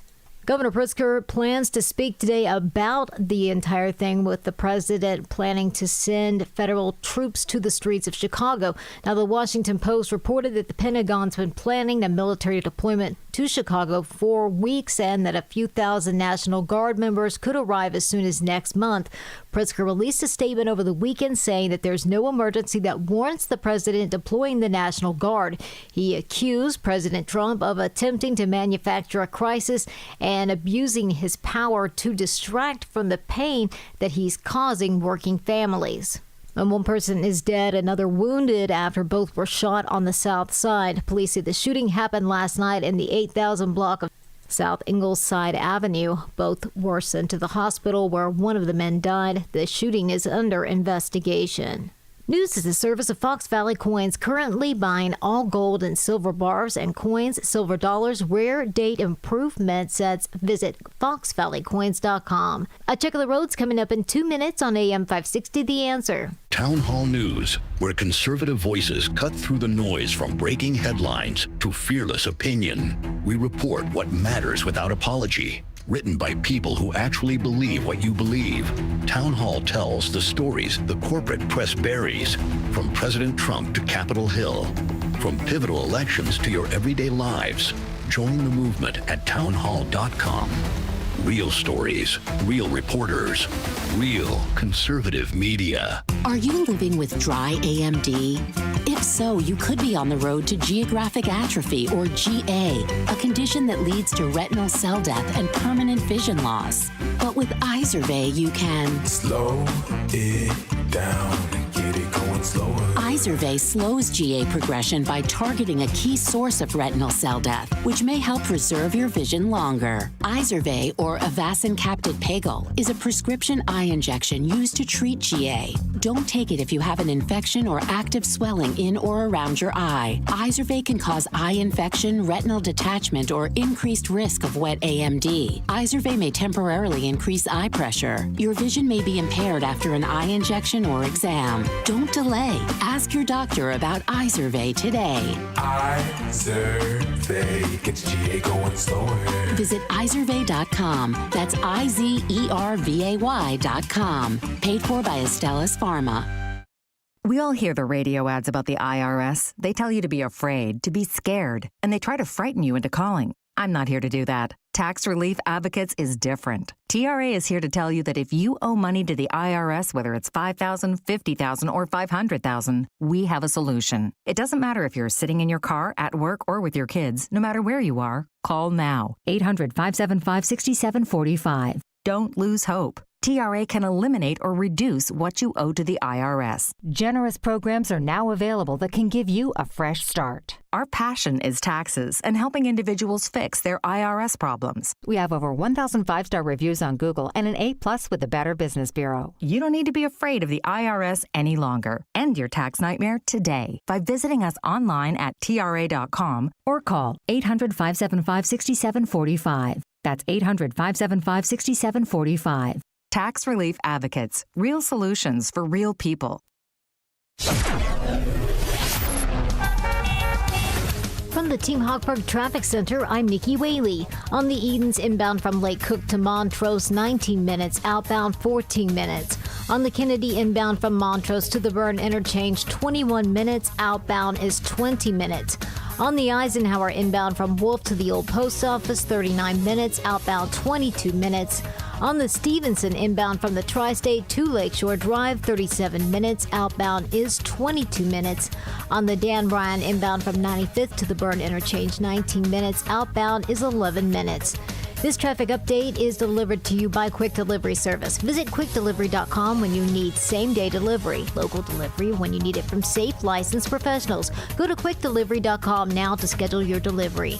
Chicago's Morning Answer continues next, but now a quick check of your forecast from the National Weather Service. Today will be mostly sunny, breezy, and pleasant with a high of 72. Tonight, expect clear skies and cool temperatures with a low of 53. Tomorrow will bring mostly sunny conditions and nice weather, reaching a high of 74. By Wednesday, anticipate sun with areas of high clouds, creating pleasant conditions with a high of 77. I'm meteorologist Jason Caterina on AM 560, The Answer. Get the latest weather, traffic, and news updates online at 560theanswer.com. This hourly segment is brought to you by Health Quest Radio with Dr. David Kolbaba. Saturday mornings at 11. Visit healthquestradio.com. Now, from the Signature Bank Studios. This is Chicago's Morning Answer with Dan Proft on AM 560. The Answer.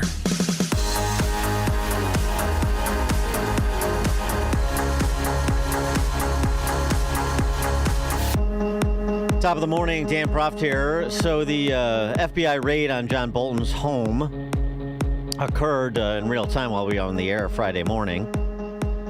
So we didn't have much of the benefit of the context of this. got a little bit more color on this over the weekend, including from President Trump, who had this to say of his former national security advisor. No, I don't know about it. I saw it on television this morning. I'm not a fan of John Bolton. He's a real sort of a lowlife. When I hired him, he served a good purpose because, as you know, he was one of the people that forced Bush to do the ridiculous bombings in the Middle East. Bolton, he wants to always kill people, and he's very bad at what he does. But he worked out great for me because every time he doesn't talk, he's like a very quiet person, except on television. If he could say something bad about Trump, he'll always do that. But he really doesn't talk. He's quiet. And I'd walk into a room with him with a foreign country, and the foreign country would give me everything because they said, "Oh no, they're going to get blown up because John Bolton's there." He's not a smart guy, but he could be a very unpatriotic guy. I mean, we're going to find out. I know nothing about it. I just saw it this morning. They did a raid. Do you expect the DOJ to brief you on this? Yeah, they'll brief me probably today sometime. And the foreign minister. I tell Pam and I tell the group. I don't want to know about it. Just you have to do what you have to do. I don't want to know about it. It's not necessary. I could know about it. I could be the one starting it. I'm actually the chief law enforcement officer, but I feel that it's better this way. The Wall Street Journal editorial board tore up Trump pretty good over this, and Kash Patel by extension. Writing, it is hard to see the raid as anything other than vindictive. Patel knows what the president thinks about Bolton, so it doesn't matter whether he ordered it. And the president's minions in Trump Part 2 don't serve as a check on his worst impulses the way grown-ups did in his first term. The presidential id is now unchained. They argue that he made it clear that he was out for Bolton when he pulled his security detail, even though Bolton has been targeted by the Iranians for assassination. The Wall Street Journal writes, "It is unlikely that Bolton broke any laws on national secrets, and he certainly didn't share any with us over our long association with him. But perhaps Mr. Trump intends for the process itself to be the punishment, even if there's ultimately no criminal charge. The president may also hope the FBI raid will cause Bolton to shut up, though knowing him, we can't imagine that working. The real offender here," the Wall Street Journal editorial board concludes, "is a president who seems to think he can use the powers of his office to run vendettas. We said this was one of the risks of a second Trump term, and it's turning out to be worse than we imagined."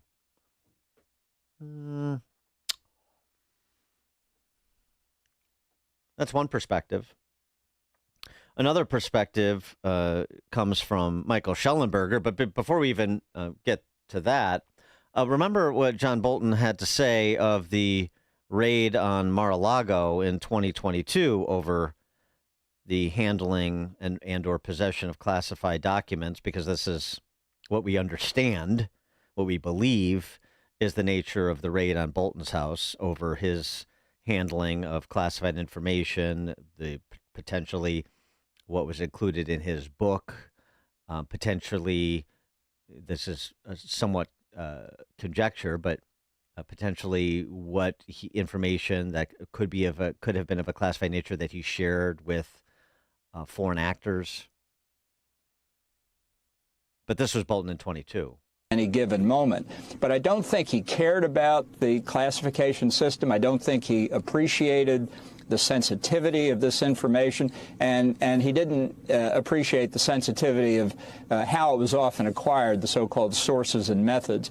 So this had been briefed to him before I arrived. It was repeated frequently. I think it simply had no impact on him whatever.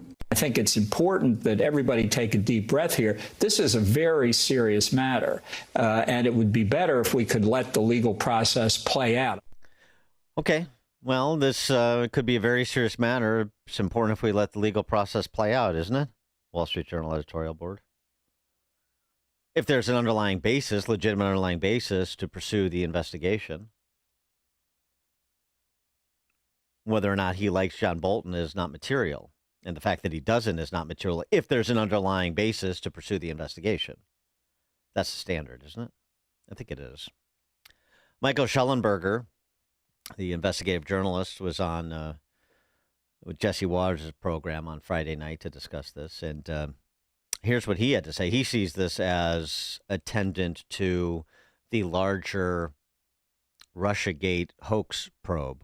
The Trump administration is serious. The Department of Justice is serious. The FBI is serious about prosecuting the Russia collusion hoax. That is what it looks like. And when you kind of look at the whole thing, I mean, to some extent, they're making it up as they go along. But I mean, we had emails, we had intelligence released a couple of weeks ago that suggested that Adam Schiff, that a conversation with Adam Schiff where he said that they were looking for, maybe not criminal prosecution, but possibly impeachment. That was way back in 2017. Get to 2019, they get that first impeachment. And you see Bolton again saying he's being very creative in his book, describing all the ways in which he thought that Trump should have been charged with impeachment, or the impeachment process should have gone, and criticizing the Democrats for making their scope too narrow. He wanted it to just be around a whole set of decisions that John Bolton happened to disagree with and make that the basis of impeaching the president. For more on this, pleased to be joined by James Gagliano, retired FBI supervisory special agent, a doctoral candidate in Homeland Security at St. John's. He also served as mayor of Village of Cornwall-on-Hudson in New York. Jim, thanks for joining us again. Appreciate it. Dan, how you doing? How's everything going in Chicago? It's pretty spicy here these days because of this whole controversy over the National Guard coming to town. But the Bolton raid, what's your take on the FBI's activity there? Sure. Dan, I think, and I hate to be nuanced because you always call me out on that, but I think two things here can be true at the same time. What the predicate behind the raid at John Bolton's home and office, it was predicated on a couple of things. Title 18 USC Section 1924 criminalizes the unauthorized removal or the retention of classified documents that one is not allowed to be in possession of. And if you add Section 798, not to get too wonky here, Dan, it addresses the unauthorized disclosure of same classified information. For this to happen, I'm pretty certain there was a rock-solid predicate here because a judge, a neutral and unbiased, impartial, apolitical judge, had to sign off on that warrant for it to happen. What I struggle with is, sometimes, again, we go to, can you do something? Yes. Should you do something? Look, the president himself and the former president, President Biden, were both charged with the same thing, and raids were conducted on their personal homes and personal spaces. Now, presidents are held to a different account, right? A president can declassify anything. A president can declare something, suitable for dissemination. Whereas somebody like John Bolton, who, look, has served this country, whether you think he did it well or not well, but he served as the ambassador to the UN as well as a national security advisor in the first Trump administration. Is part of this retribution, is part of this tit for tat? Dan, there's a strong argument for that. But can a case be made that what was brought down here and signed off by a federal judge and the FBI executed the warrants that you spoke about on Friday morning? Can you make the same argument that if we hold all people accountable to the law and no one is above the law, then this was a righteous raid? Yeah, the thing about that is you could make this the same argument, right, with the FBI opening criminal investigations into Clapper, into Brennan and Comey, as we've talked about before. Yeah, it's pretty clear Trump doesn't like them. He fired one of them, but it's pretty clear he doesn't like them, because it was pretty clear they were engaged in a fifth column action to derail a presidency. And you could understand where that would be a little annoying after a couple of years. In addition to, just to correct the record, Biden was never charged with the classified docs case, but Trump was, and this was obviously part of the discussion about the double standard that you're referencing. So, if there's some sense of vindication or even vindictiveness that informs the targeting, well, you put yourself in that position to basically taunt federal law enforcement by the activities that you took. And so if that puts you on radar that you might not have otherwise been on, well, that's on you so long as you said, there's a substantive underlying predicate under the law to pursue an investigation and any charges that may follow. Sure. And, it's been debated in the press, and we've only had the weekend to kind of, disassemble this and try to read the tea leaves here. But was the raid focused on his 2020 book that was released, The Room Where It Happened, where he shared a lot of insight and stuff that, could have and should have and did rankle Trump and his loyalists and supporters, of course? Or is it part of a broader inquiry? And that's the big question. Dan, I'm going to share something with you right here that your listeners may get a kick out of. So there's a rule in the Department of Justice, and obviously I served in the FBI, as you pointed out, for a quarter of a century, and I was subject to the same rules because the FBI answers to the DOJ. Anything that I do as a retired special agent, anything that I do is supposed to be run through something called pre-publication review. Mm-hmm. Dan, including this conversation we're having right now. Now, if we were to take the transcription of this conversation and I was to make it part of a book, Jimmy Galliano's Life and Times, The FBI as I Know It, and I include this transcript, the conversation that we're having right now, Dan, I could run afoul of pre-publication review if I did not wait for them to clear it and suggest that I disclosed no classified information. It's different when you talk about it. It's different when you do a media hit for CNN or Fox or for your radio program. That's the thing here where there's two things that could have happened. Was it the fact that Bolton rushed that book out to get it published at the early onset of Biden's administration? He wanted to get it out when everybody was anti-Trump and Biden had won an election, or was it stuff that he leaked out selectively, shared things that he wasn't supposed to? But isn't that ironic that the conversation that you and I are having now, technically as a retired supervisory special agent, I should have to run through pre-publication review, but they allow the fact that, hey, it happens in real time, it's organic, and we're not going to hold you to that. However, if you take that very transcript from Dan's show, you put it into a book, it would have to be cleared by pre-publication review. Now, is this because Bolton published a book that Trump found offensive and disagreed with? Could be. Or were there other leaks that, remember, we don't get the details on the search warrant, all the predicates behind it, the probable cause. It's a very opaque process, and we will not know that for another couple of weeks. I'm going to guess and surmise. But when we do, I think it's going to clear up that murkiness and point to what exactly the charges were and the allegations were that allowed the FBI to go into his home and office and take things that he had there. Yeah, I would. I think there's a pretty good indication that Bolton did submit that book for pre-publication review to the appropriate agencies for any information that was contained in there. Because I remember, I think this is mentioned by the Journal too, that there was an effort by Trump to block the publication. So, it would seem to me between Bolton and the publishing house, they would be, pretty idiosyncratic when it came to making sure they got the high sign from the relevant agencies. Yeah, I agree with you. And I know that it got muddied up because apparently Bolton rolled the book out before he had gotten the final okays and while it was still being adjudicated at the legal level. And look, let's not parse words here. Trump loathes Bolton as the day is long. Yeah. He loathes him with the intensity of 1,000 white-hot suns.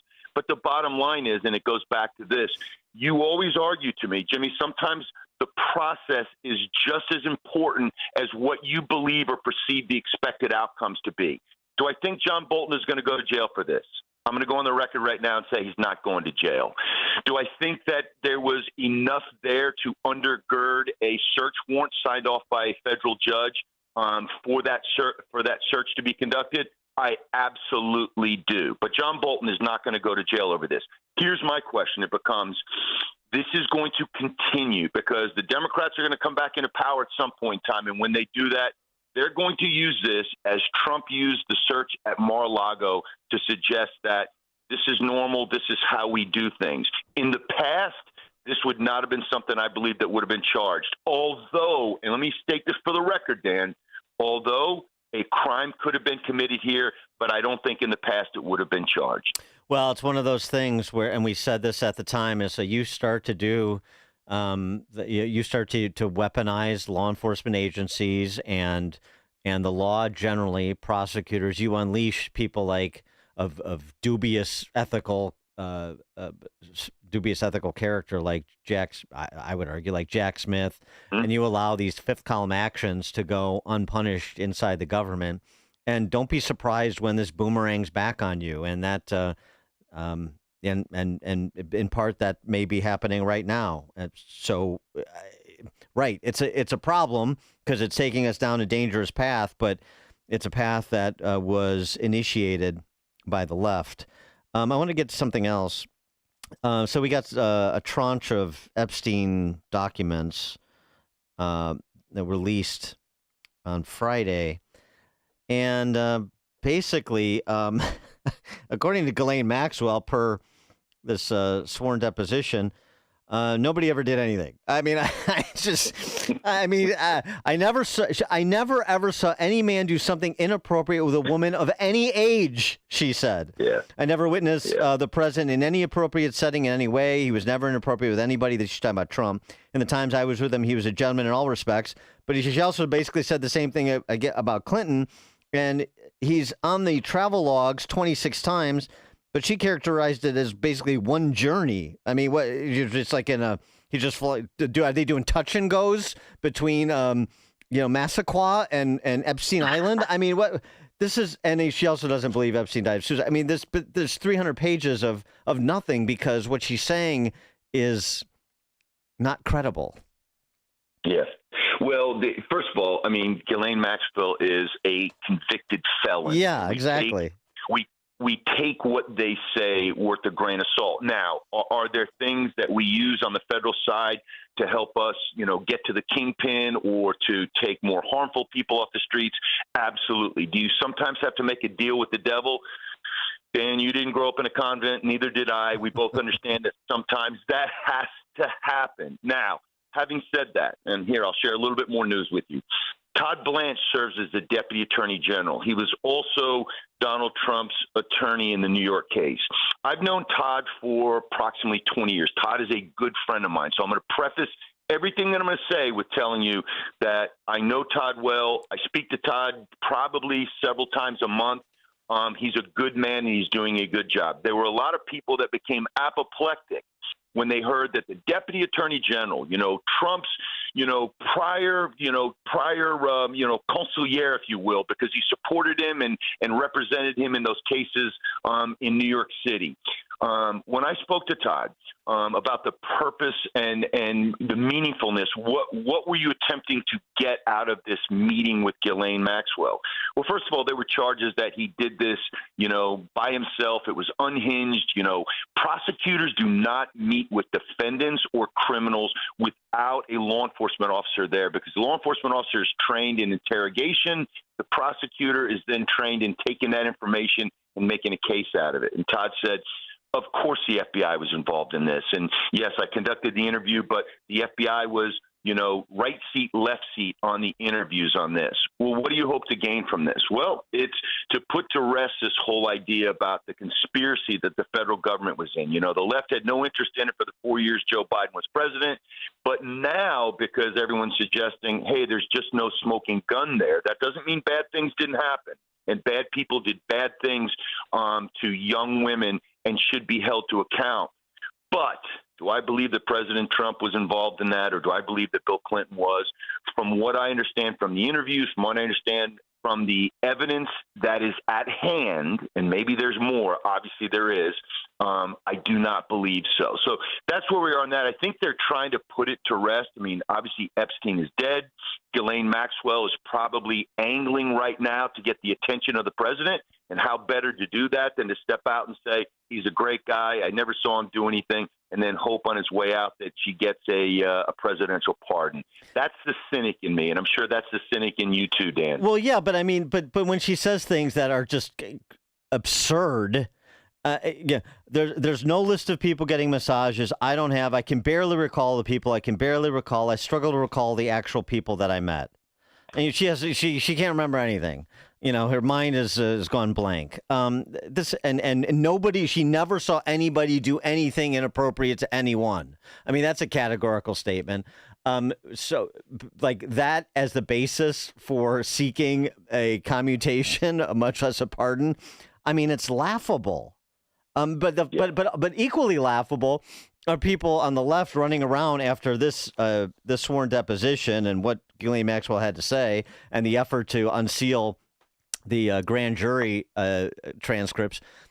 Equally laughable is the left saying that Trump is, using the raid on Bolton, using the National Guard deployment to misdirect people's attention away from the Epstein files. I'm paying attention to the Epstein files. We don't have anything, including from Ghislaine Maxwell, who we were hoping to get something from, but she's clearly not talking, even though she's talking. Yeah, I think it was a mistake. I mean, obviously the Attorney General Pam Bondi made a mistake when she said, and she used the term, and it's a ubiquitous term that we've heard thrown around so often, the Epstein files. What does that mean? Does that mean there's a categorical listing there of so-and-so visited the island on such and such time, received a massage from such and such, and then left at such and such time?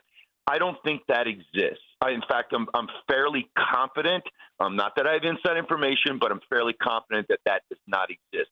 I think that for transparency purposes, people want things released. However, when you do release them, and this is where I push back on the QAnon clowns, and I say, really, you want the grand jury testimony to be released. You realize that you are now going to uncover victims' names, and it's going to become part of the public record. Well, you can redact that. Dance there. Yeah. Well, but there's a delicate dance there, and people, the online internet sleuths will put things together, and those people will be outed. And look, Dan, I think you agree with me on this. If there was something tying Trump to anything tawdry or anything illegal, it would have been dropped in 2015. It would not have waited 10 years later for us to all of a sudden discover it and find it. James Gagliano, retired FBI supervisory special agent, doctoral candidate in Homeland Security at St. John's. He also served as mayor of Village of Cornwall on Hudson in New York State. Jim, thanks as always for joining us. Appreciate it. Dan, great to join you. Be careful and stay safe, brother. Thank you. And Jim joined us on the Turnkey.pro answer line. This is Chicago's Morning Answer. Your show keeps me alive during the week. There's nobody I'd rather listen to between 5 and 9 in the morning than you guys. On AM 560, The Answer. The following is not an actor, but a real-life story from Trinity Debt Management. Hi, my name's Neil. I have some advice for you if you've been trying to break free from credit card debt. You can start by doing what I did. Get your bills together and call Trinity Debt Management. Trinity is dedicated to helping people like me become debt-free. When I called, my first experience was a feeling of relief. My counselor was kind, and best of all, she didn't judge me. In just a few minutes, she helped me figure out a plan that consolidated all my bills into one lower monthly payment. This substantially reduced my high interest rates and put me on the road to success. In the end, I saved thousands in interest, and today, my credit card debt is a thing of the past. If credit card debt has you down, call Trinity at 1-800-990-6976. My name is Neil. Take it from someone who's been there. Call Trinity and become debt-free for keeps. 1-800-990-6976. AM 560, The Answer.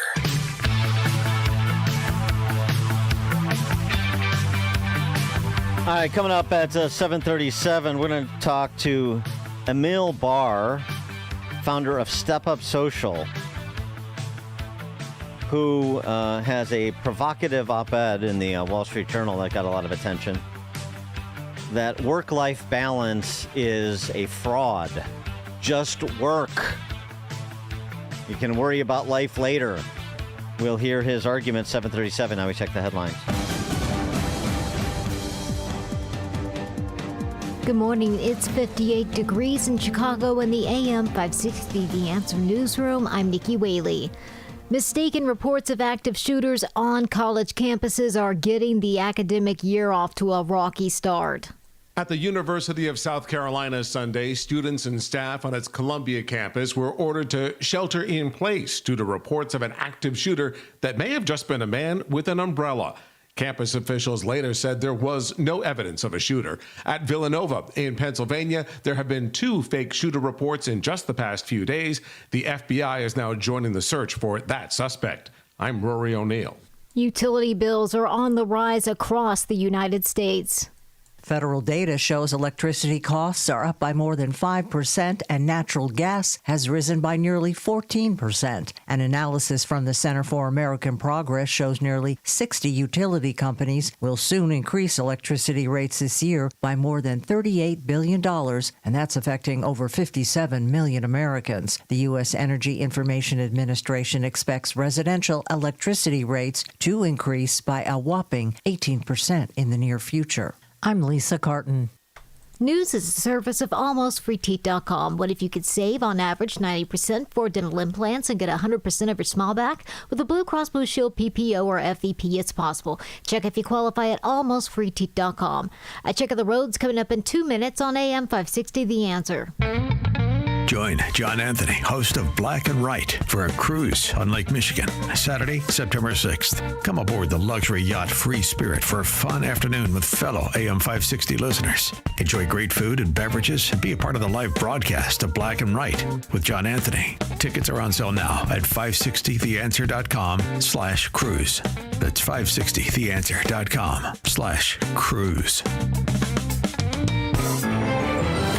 Time now for the Chicagoland Retirement Report. Danielle Martin here with financial advisor Scott Tucker, president of Scott Tucker Solutions. When we go through days or weeks of volatility in the markets, it's hard to know what to do. So, Scott, what can you tell us? Danielle, I think when there's market volatility, it can freak some folks out. You can be fearful. You might make sudden decisions that may not be in your long-term benefit. A lot of folks race to look at what their 401k or their IRA balance is. And we want to caution folks to kind of slow down a little bit. A lot of folks want to sell at the bottom and buy at the top. If you've already experienced some losses, let's just talk about it.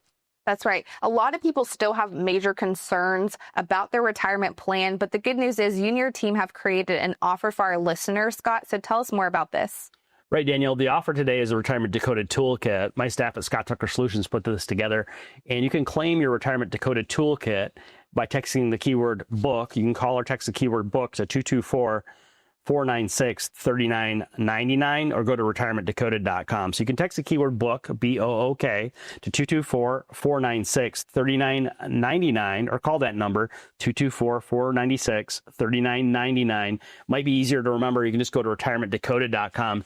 At retirementdecoded.com, you just enter in some information and we'll get your copy of Escape Illinois, Should I Stay or Should I Go, as well as the Retirement Decoded Toolkit. I think it could really help you with these times of market volatility. That's right. If you have questions about your retirement, take advantage of this offer today. It's very simple. Call or text the word book to 224-496-3999. Again, that's the word book to 224-496-3999 or head to retirementdecoded.com to get your toolkit today. Investment advisory services made available through AE Wealth Management, LLC, a registered investment advisor. Investing involves risk, including the potential loss of principal. Firm does not provide tax services. Protect your liver and give it the support it deserves with Active Liver from New Nordic. Find Active Liver in stores at your local CVS, Meijer Grocery, or online at Amazon or at newnordicusa.com. The Team Hochberg Traffic Center, I'm Nikki Whaley. On the Edens inbound from Lake Cook to Montrose, 19 minutes, outbound 14 minutes. On the Kennedy inbound from Montrose to the Byrne Interchange, 21 minutes, outbound is 20 minutes. On the Eisenhower inbound from Wolf to the Old Post Office, 39 minutes, outbound 22 minutes. On the Stevenson inbound from the Tri-State to Lakeshore Drive, 37 minutes, outbound is 22 minutes. This report is sponsored by Lowe's. This Labor Day at Lowe's, get up to 40% off select major appliances, plus get next day delivery on hundreds of appliances, valid on eligible in-stock orders through September 10th. Selection varies by location, order by 4 p.m., subject to product and driver availability.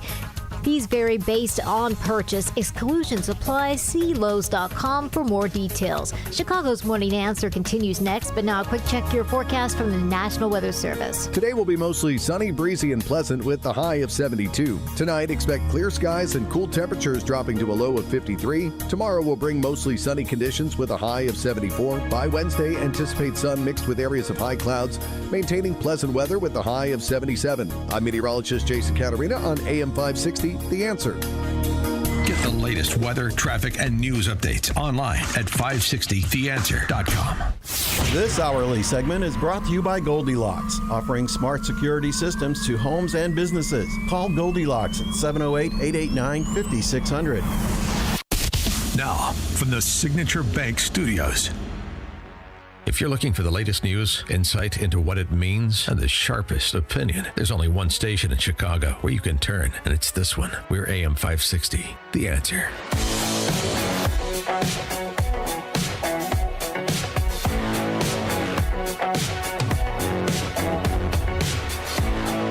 Top of the morning, Dan Proft here.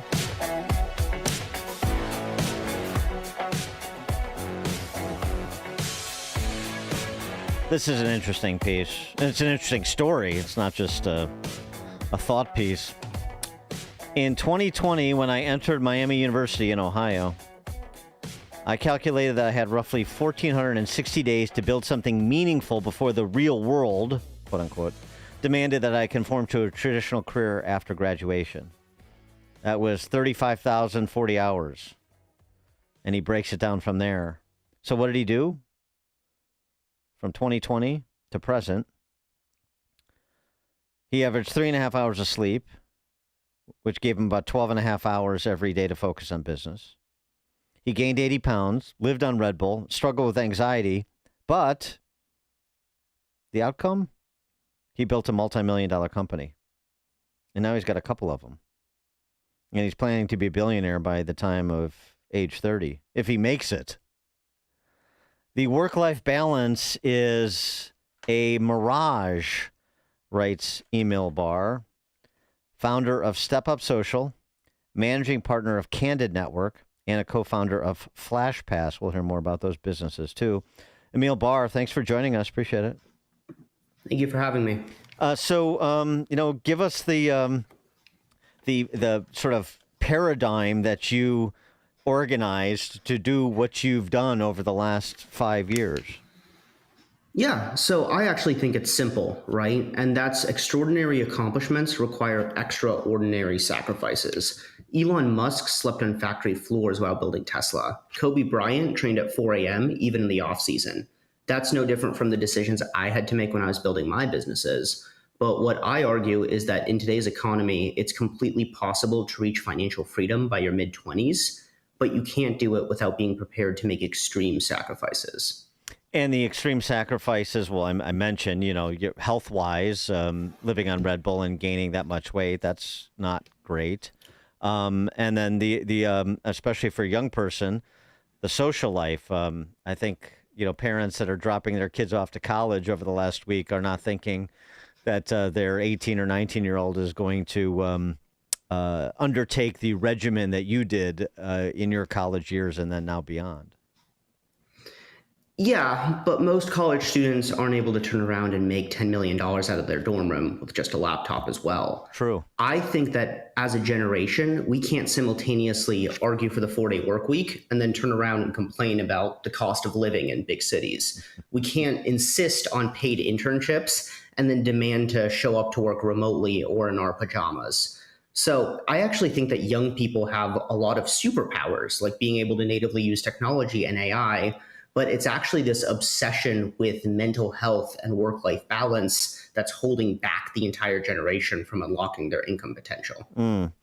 So let's run through some of the sacrifices that you made that would be perhaps more difficult for young people than would just be perhaps difficult for a lot of young people. Pruning social networks. What does that mean? It really meant that when I was asked to go somewhere, right, whether it's a party or an event or, work, even sometimes class, I sort of looked at it through the lens of, is this event or relationship going to add value to my business? And if it wasn't, it was just something I had to RSVP no to. So I lost a lot of surface level friendships, that are reliant on getting together every weekend or drinking beer all the time. But I do think in exchange, I did gain some really meaningful friendships with other entrepreneurs and people that were passionate about building businesses as well, that understood that they might not have time on your calendar for all of those different type of traditional college social engagements. Yeah, I mean, that's an aspect of it too. I mean, it's one social network you're giving up, but for another one, in the process of building these businesses. So, I mean, just before we get to more of your regimen, as I said, tell us a little bit about the businesses you did build. Yeah, so the first was a social media marketing company. We were one of the first TikTok agencies in the country, and we grew to a couple $1 million in our first couple of months in business. So through that business, we went on and acquired a few other social media agencies before ultimately selling to private equity while I was still in college. And then I started a brand new company last year, which was sort of address this AI workforce crisis. So it's this idea that AI is going to replace anywhere between 25 to 50% of jobs in the next 5 years. And where are people going to go and how are people going to find their next higher paying job after that happens? So that's what I'm working on today.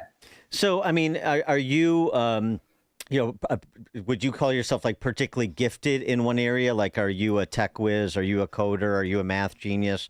Or are you just somebody that's outworking your competition?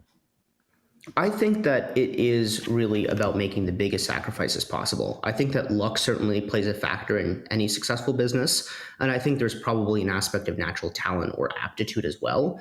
But by far, talking to everyone that I've spoken to, from billionaires to successful tech founders to even people with sort of successful regional or local businesses, as you call them, I found that the one underlying variable that holds true for all of those folks, regardless of their background or even net worth, is that they are all hard workers and they're not just working a typical 9 to 5. Mm-hmm. One of the other things you did, or perhaps still do, adopt a zero-based calendar. What's that?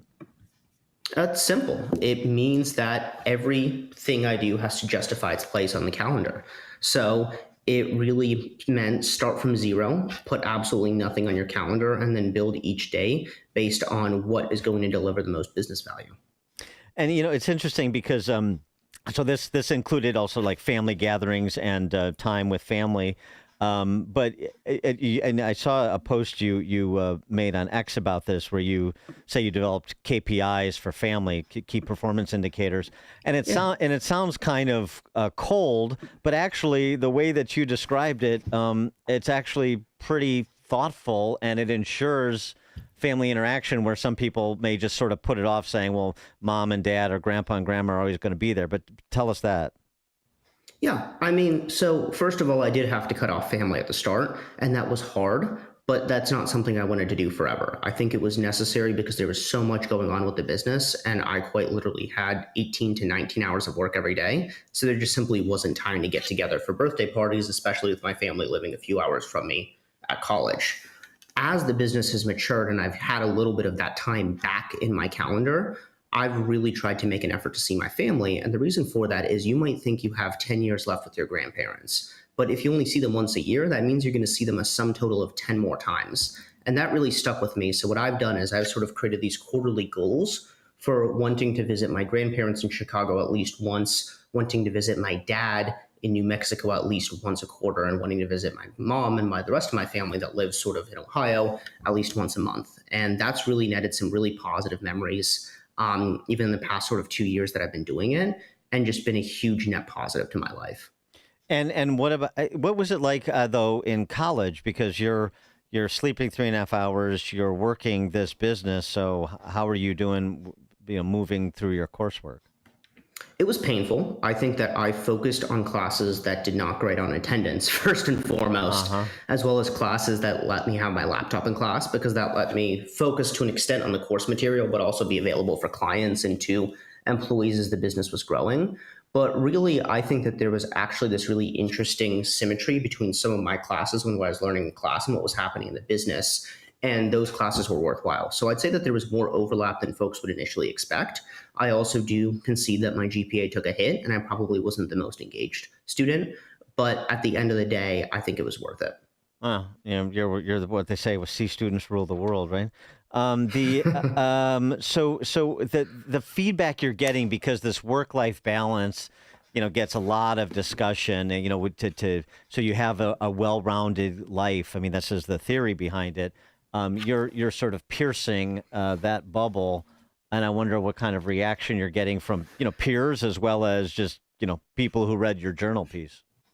It's been varied. I've been surprised by how much reaction it's been getting, but it's been a wide range. I've had people email me death threats, and I've had all sorts of, folks that I think maybe are either just really philosophically disagree with what I'm saying, which is totally fine. I'm happy to have it, speak to different points of view anywhere. And I'd actually appreciate it if someone wanted to reach out and sort of talk through their differing point of view. I would welcome that. Down to folks that maybe feel a little bit insecure about where they are in their career, or just resentful. And I call them corporate Karens, comment all sorts of negative stuff on social media, but also the wave of positive personal messages I've gotten from everyone from, successful entrepreneurs to first generation immigrants and folks working really hard on their business that have said someone needed to say it.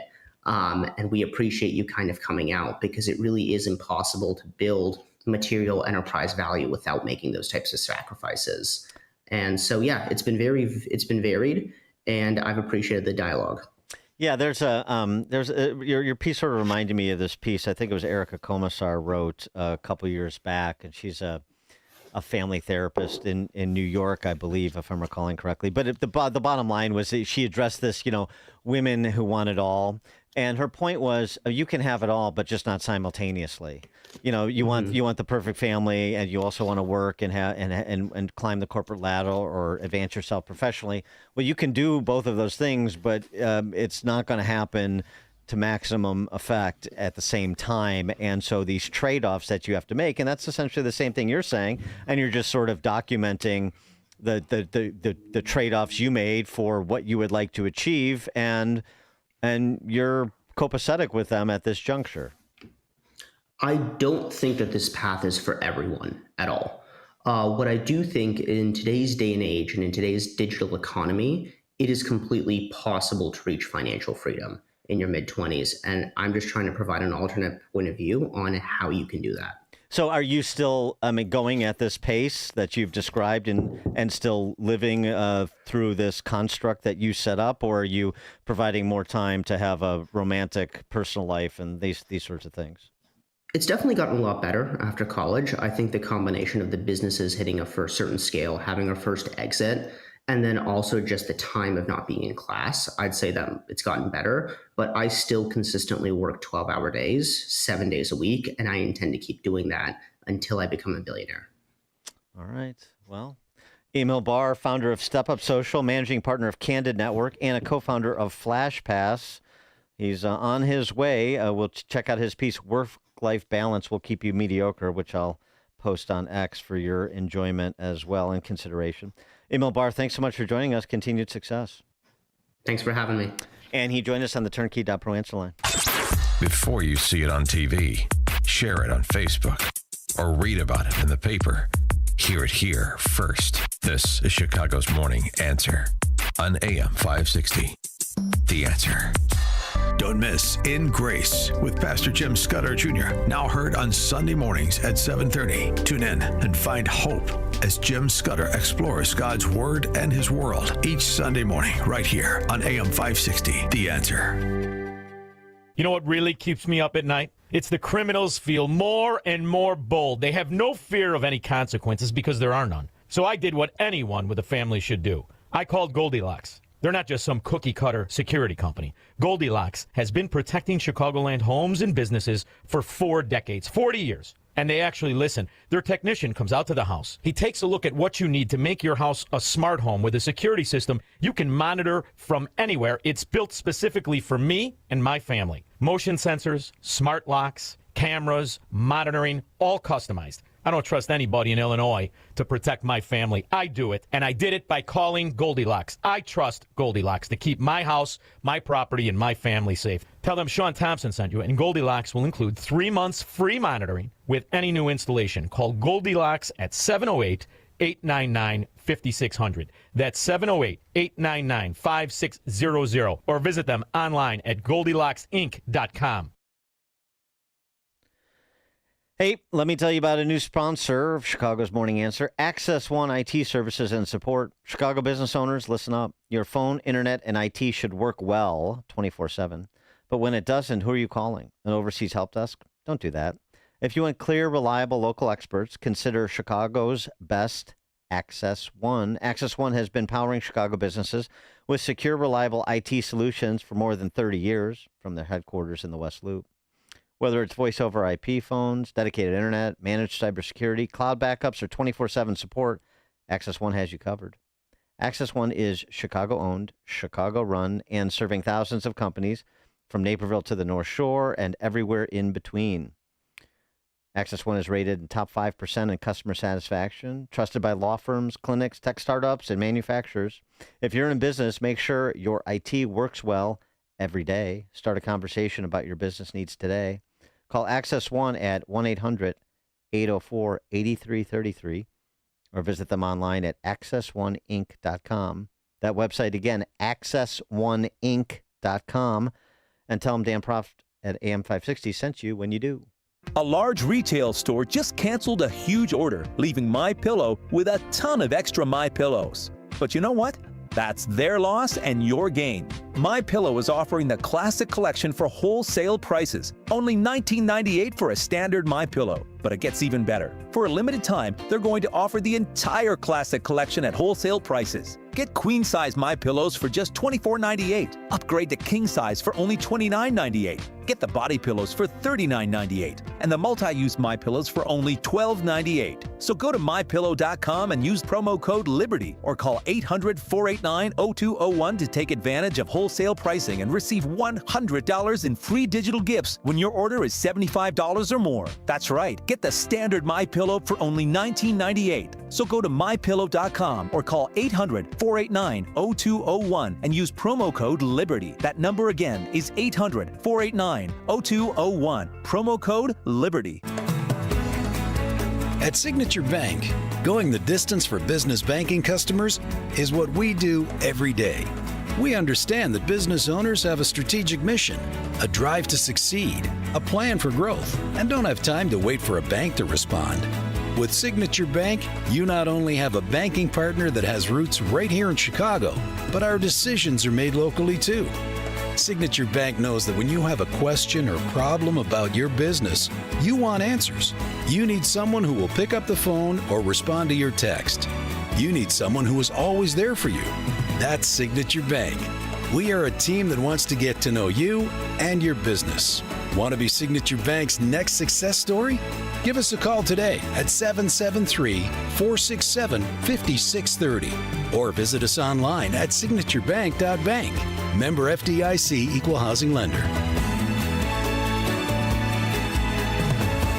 Do you owe $10,000 or more in credit card debt or personal loans? With credit card debt at all-time highs, Debt Relief Advocates is urgently notifying consumers of debt relief now being made available, designed to aid consumers with out-of-control credit card debt. Those who qualify and enroll for this relief program will only have to pay back a fraction of what they owe. This is not bankruptcy or a debt consolidation loan. This is a relief program that credit card companies would rather you not know about, as it ends your debt nightmare and saves you lots of money. Consumers owing at least $10,000 in credit card debt or personal loans can now take advantage of this debt relief as the cost of living skyrockets. Debt Relief Advocates has established a relief hotline for you to call to learn what debt reduction you may qualify for. For this free information, call 800-422-1609, 800-422-1609, 800-422-1609, or simply visit godra.com. The Dinesh D'Souza Podcast, now available on the Salem Podcast Network. Probably heard, but you don't have to take your shoes off anymore when you go to the airport. This really shows you how stupid government bureaucracy is. One guy takes off his shoes, everybody freaks out, and then for 20 years, all the airlines across the country make tens of millions of people actually pull their shoes off. Subscribe today on Apple, Spotify, YouTube, Rumble, or at SalemPodcastNetwork.com. Take the journey of living a happy, successful, and meaningful life through God. Listen to It's Time with Dan Lights, Sunday mornings at 9 on our sister station, AM 1160. Hope for your life. AM 560, The Answer. Top of the morning, Dan Proft here. And if Trump Jr. Don Jr. is foreshadowing anything, the deployments of the National Guard to D.C. and now in the offing Chicago and Baltimore may not end there so long as the president survives court challenges. Here's what Don Jr. had to say on Newsmax over the weekend. And despite all the uproar you saw from the Democrats in the media, it's interesting when you do all the candid interviews of people on the streets of D.C., 93% of whom are hardened leftists. They're like, no, this is great. I feel safe. This is a wonderful thing. Let's do this. Maybe we should roll out the tour to Portland, Seattle, the other, what we'd call, crap hole cities of the country, not because they're crap holes, but because Democrats made them so. Yeah. Maybe we're going to expand this because it's sort of interesting when a very left-leaning base is actually encouraging these kind of policies because they know the truth. Yeah, well, and the truth is that if you removed the top handful of the most violent cities in America from the international rankings in terms of incidents of violence, gun violence, murder stats, use whatever crime metric you want. The United States goes from being one of the most violent countries in the world to one of the least. It's concentrated, and concentrating resources is what Trump is proposing to do in response to the concentrated violence. Coming up at 8:08, speaking of concentrated violence, the latest on Russia and Ukraine and the prospects for peace with Cliff May. We'll talk about it 8:08. It is now 8 o'clock on AM 560 WIND Chicago. Gilmar Abrego Garcia turning himself into ice and arrested. I'm Angelo Bavaro, Fox News. The case becoming a flashpoint in President Trump's immigration agenda after the Salvadorian migrant was mistakenly deported and then brought back to the U.S. and detained on human smuggling charges. Now he could be leaving the country once again. He's been given a choice. If he pleads guilty to human smuggling charges, he'll be sent to Costa Rica. If he doesn't, it's Uganda. Abrego Garcia's attorney told NPR, I expect that ICE will take him into detention because, well, pretty much that's what they do. They have said they're going to try to deport him. Fox's Doug Luzader. Maryland Governor Wes Moore pushing back as President Trump looks to expand his crime crackdown to more cities in addition to D.C. The Democrat inviting the president to his state for a public safety walk. To President Trump, that stroll through Maryland meant a walk through Baltimore, and he did not like Governor Wes Moore's tone with that original invite. He wrote this, as president, I would much prefer that he clean up this crime disaster before I go for a walk there. Stop talking and get to work, Wes. Then I'll see you on the streets. Now, Governor Moore, he followed up with this. The reason that I've asked the president to come and join us is because he seems to enjoy living in this blissful ignorance, these tropes and these 1980s scare tactics. That's just as D.C.'s Democrat officials have done here, is to dispute the need for federal control of the police force, just like Governor Moore has been touting these falling crime rates in Baltimore after that pandemic spike. Fox's Alexandria Hoff, a White House official confirming to Fox that President Trump is expected to sign an executive order today ending cashless bail by threatening to revoke federal funding for jurisdictions across the country. 19 people are dead, including 4 journalists, after an Israeli strike hit a southern Gaza main hospital on Monday. America's listening to Fox News.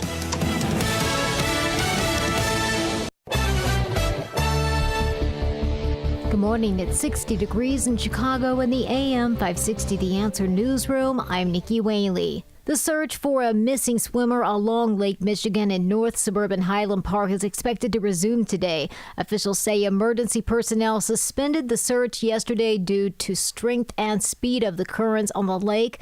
Emergency crews were called at the scene after a swimmer was reported to be in distress off the Fort Sheridan shoreline on Saturday. The swimmer hasn't been identified. President Trump says he may take on crime in the city of Chicago. While touting the use of the National Guard in Washington, D.C., Trump said the Windy City may be next. When we're ready, we'll go in and we'll straighten out Chicago, just like we did D.C. The president then went on to call the city's Democratic mayor, Brandon Johnson, incompetent. He also claimed that Democratic cities have called him asking for the National Guard to be sent into their cities. Mayor Johnson is responding to that. He released a statement saying the city, state, and Cook County are preparing for any potential unconstitutionally military deployments to Chicago. Johnson says that they're currently evaluating all legal options to protect the people of Chicago. He added that the city has reduced all forms of violent crime through constitutional policing, violence prevention, and investing in communities. A 5-year-old boy is dead following a shooting on the south side. Police say the victim was shot in the head yesterday inside an apartment in the 4400 block of South Greenwood Avenue. The victim was pronounced dead at the hospital. No one is in custody, and a firearm was recovered at the scene. It is being investigated as a possible accidental shooting. News is a service of AlmostFreeTeeth.com. What if you could save on average 90% for dental implants to get 100% of your smile back? With the Blue Cross Blue Shield PPO or FEP, it's possible. Check if you qualify at AlmostFreeTeeth.com. A check of the roads coming up in 2 minutes, but now time for the Signature Bank Business Beat. I'm Liz Clayman, and this is the Fox Business Report. Intel shares are up 1.5% after the chipmaker reached an agreement for the U.S. government to receive a 9.9% stake in the company funded by $5.7 billion from the CHIPS Act. Intel says the government will not have representation on Intel's board. Wayfair shares are down 4% after President Trump said the U.S. will investigate tariffs on furniture imports. Keurig Dr. Pepper is buying JDE Peet's, the parent company of Peet's Coffee, and plans to separate its coffee and soft drink businesses into 2 companies. And Reuters is reporting Procter & Gamble is selling luxury diapers made in China at Target. Target previously said it would be selling the Bum Bum diapers, but did not mention manufacturing. That's your Fox Business Report. I'm Jenny Cosola. Invested in you.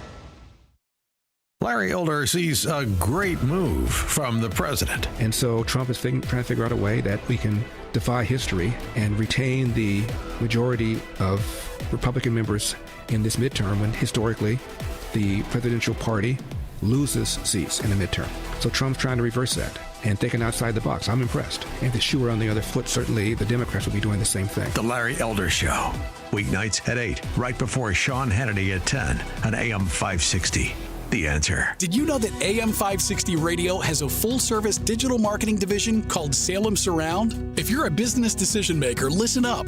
AM 560 listeners are everywhere your potential audience is. So are our incredible targeting capabilities. We localize digital marketing and put it within reach of every business, small and large, in Chicagoland and beyond. Salem Surround offers AI-powered marketing solutions that reach your ideal audience. Whether or not you tap into the proven live, local, and emotional connection that AM 560 Radio brings, Salem Surround offers a total marketing solution to our partners, all-in-one digital solutions that provide targeted local digital and social media ads, Google AdWords management, website services, video strategy, search optimization, and even a management dashboard to offer you total campaign updates and transparency. Your Salem Surround representative is located right here in Chicago. Experience the Salem Surround digital revolution today. Call 847-472-8951. That's 847-472-8951.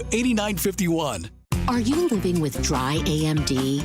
If so, you could be on the road to geographic atrophy, or GA, a condition that leads to retinal cell death and permanent vision loss. But with Izervay, you can slow it down and get it going slower. Izervay slows GA progression by targeting a key source of retinal cell death, which may help preserve your vision longer. Izervay, or Avastin Captid Pegol, is a prescription eye injection used to treat GA. Don't take it if you have an infection or active swelling in or around your eye. Izervay can cause eye infection, retinal detachment, or increased risk of wet AMD. Izervay may temporarily increase eye pressure. Your vision may be impaired after an eye injection or exam. Don't delay. Ask your doctor about Izervay today. Izervay gets GA going slower.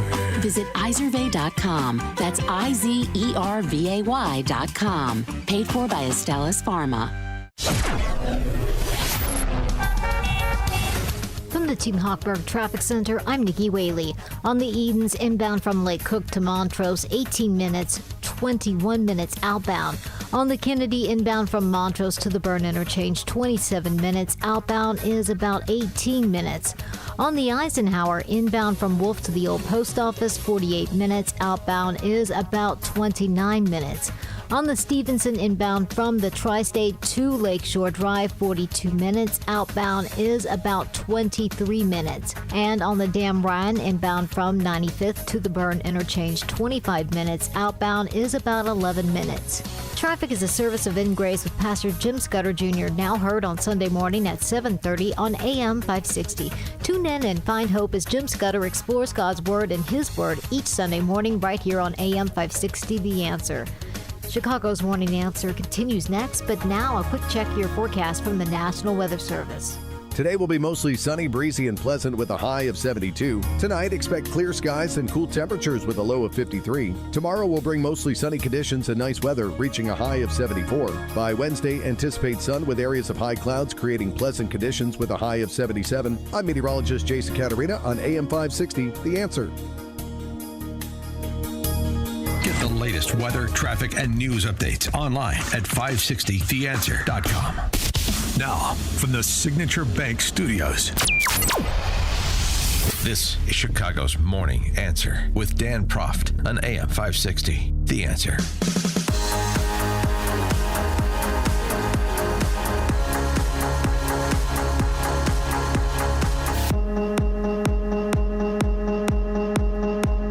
Top of the morning, Dan Proft here. J.D. Vance, he's the vice president. He sat down with the insufferable Kristen Welker, aren't they all, though, on the Sunday Talkies? And had this to say about where things stand with a potential negotiated settlement between Russia and Ukraine to end the war in Eastern Europe, what they've accomplished, and what they can do, including the limitations of what the United States can do.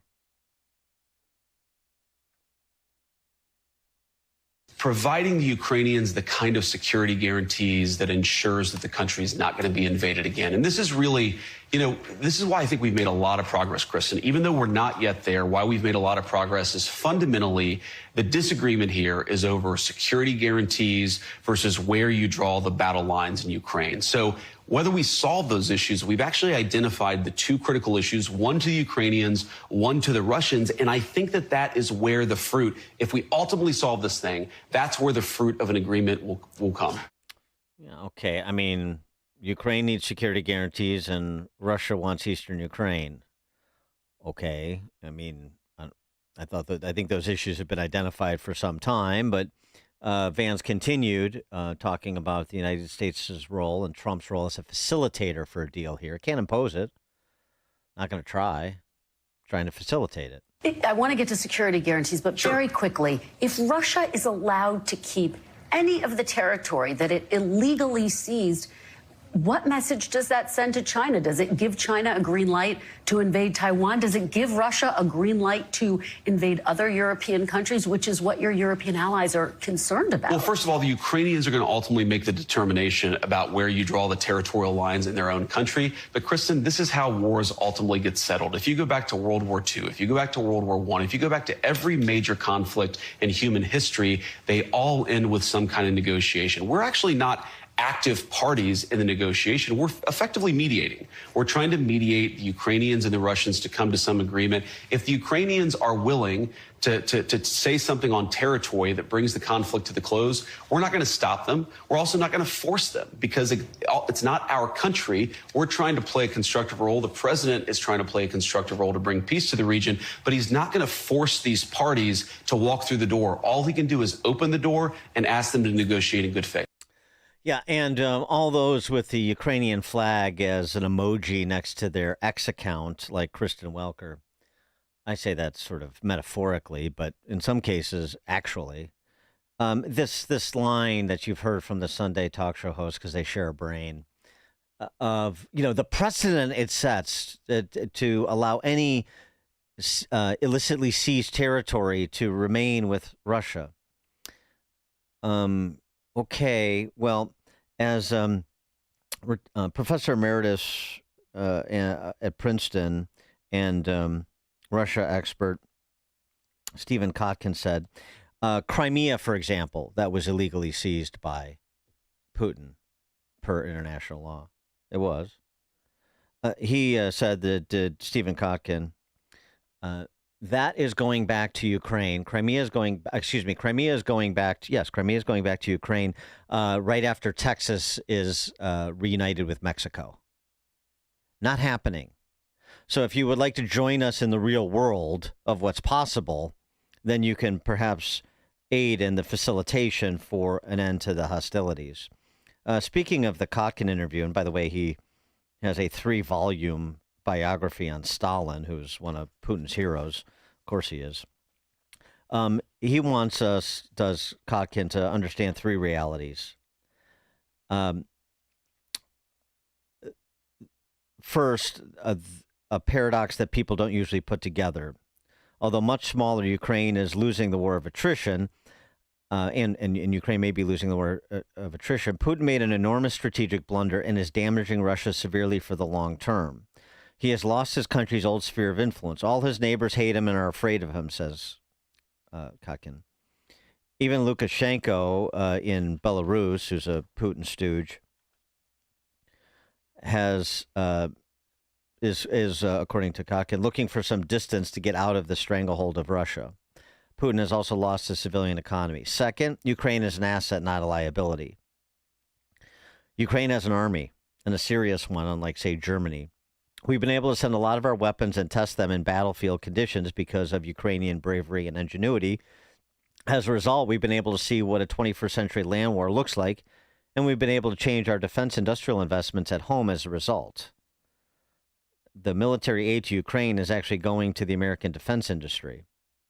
That's number 2. Number 3, Trump is correct to seek an end to the war. Kotkin says, I applaud his forced imposition of a negotiation process, but the president lacks follow-through and patience. He lacks consistency. This is a hard problem. He promised to solve it in 24 hours, but it's been going on since 1783 when Catherine the Great annexed the Khanate of Crimea. Even so, he adds, Trump's instincts are correct. Ukraine, more than Russia, needs this war to end, and he's groping toward that solution. But what does winning the peace look like, and how can you try and effectuate it?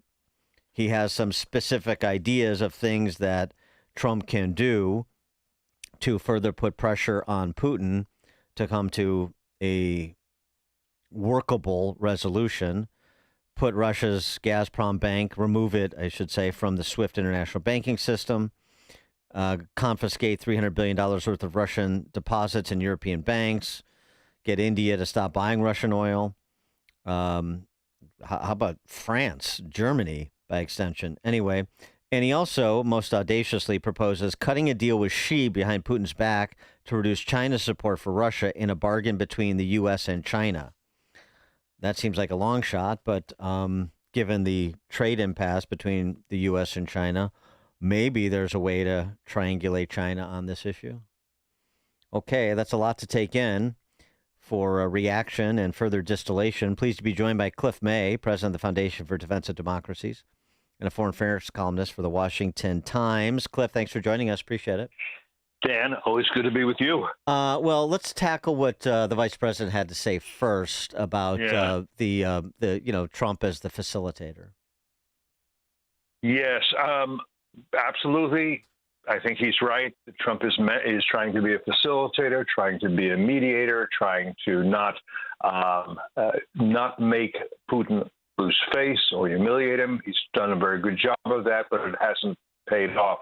I do have to say I have great respect for Vice President Vance. I think he's a very smart guy with an amazing background, but it's simply not true what he said about how most wars end. Take World War II, for example. Franklin Roosevelt was adamant. Churchill agreed. He said, we're not going to reach out to Hitler and come to a negotiated settlement of this war. It will go on longer if it must, but we are going to insist on, and these are Roosevelt's words, unconditional surrender. In this war, there will be unconditional surrender, nothing less than that.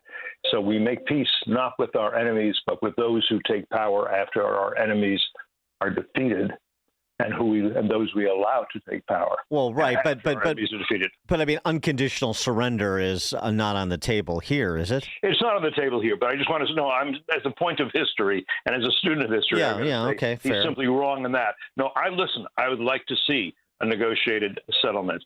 The problem is right now, as you know, after Alaska, President Trump thought that Putin was going to meet with Zelensky, and then there would be a trilateral.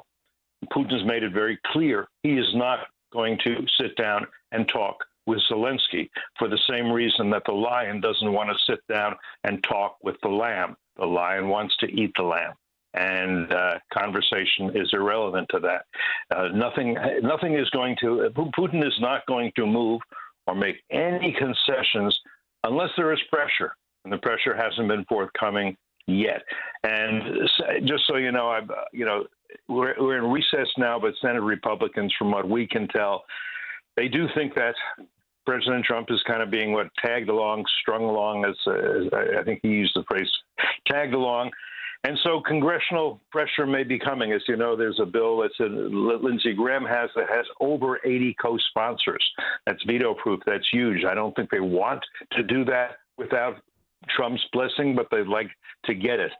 And Senator Risch, who is the chairman of the Senate Foreign Relations Committee, he wants some kind of sanctions bill, whether Graham's or someone else, remains to be seen. I think we'll know a lot more about Congress when they come back from recess, obviously, because during recess they don't, they don't say a lot.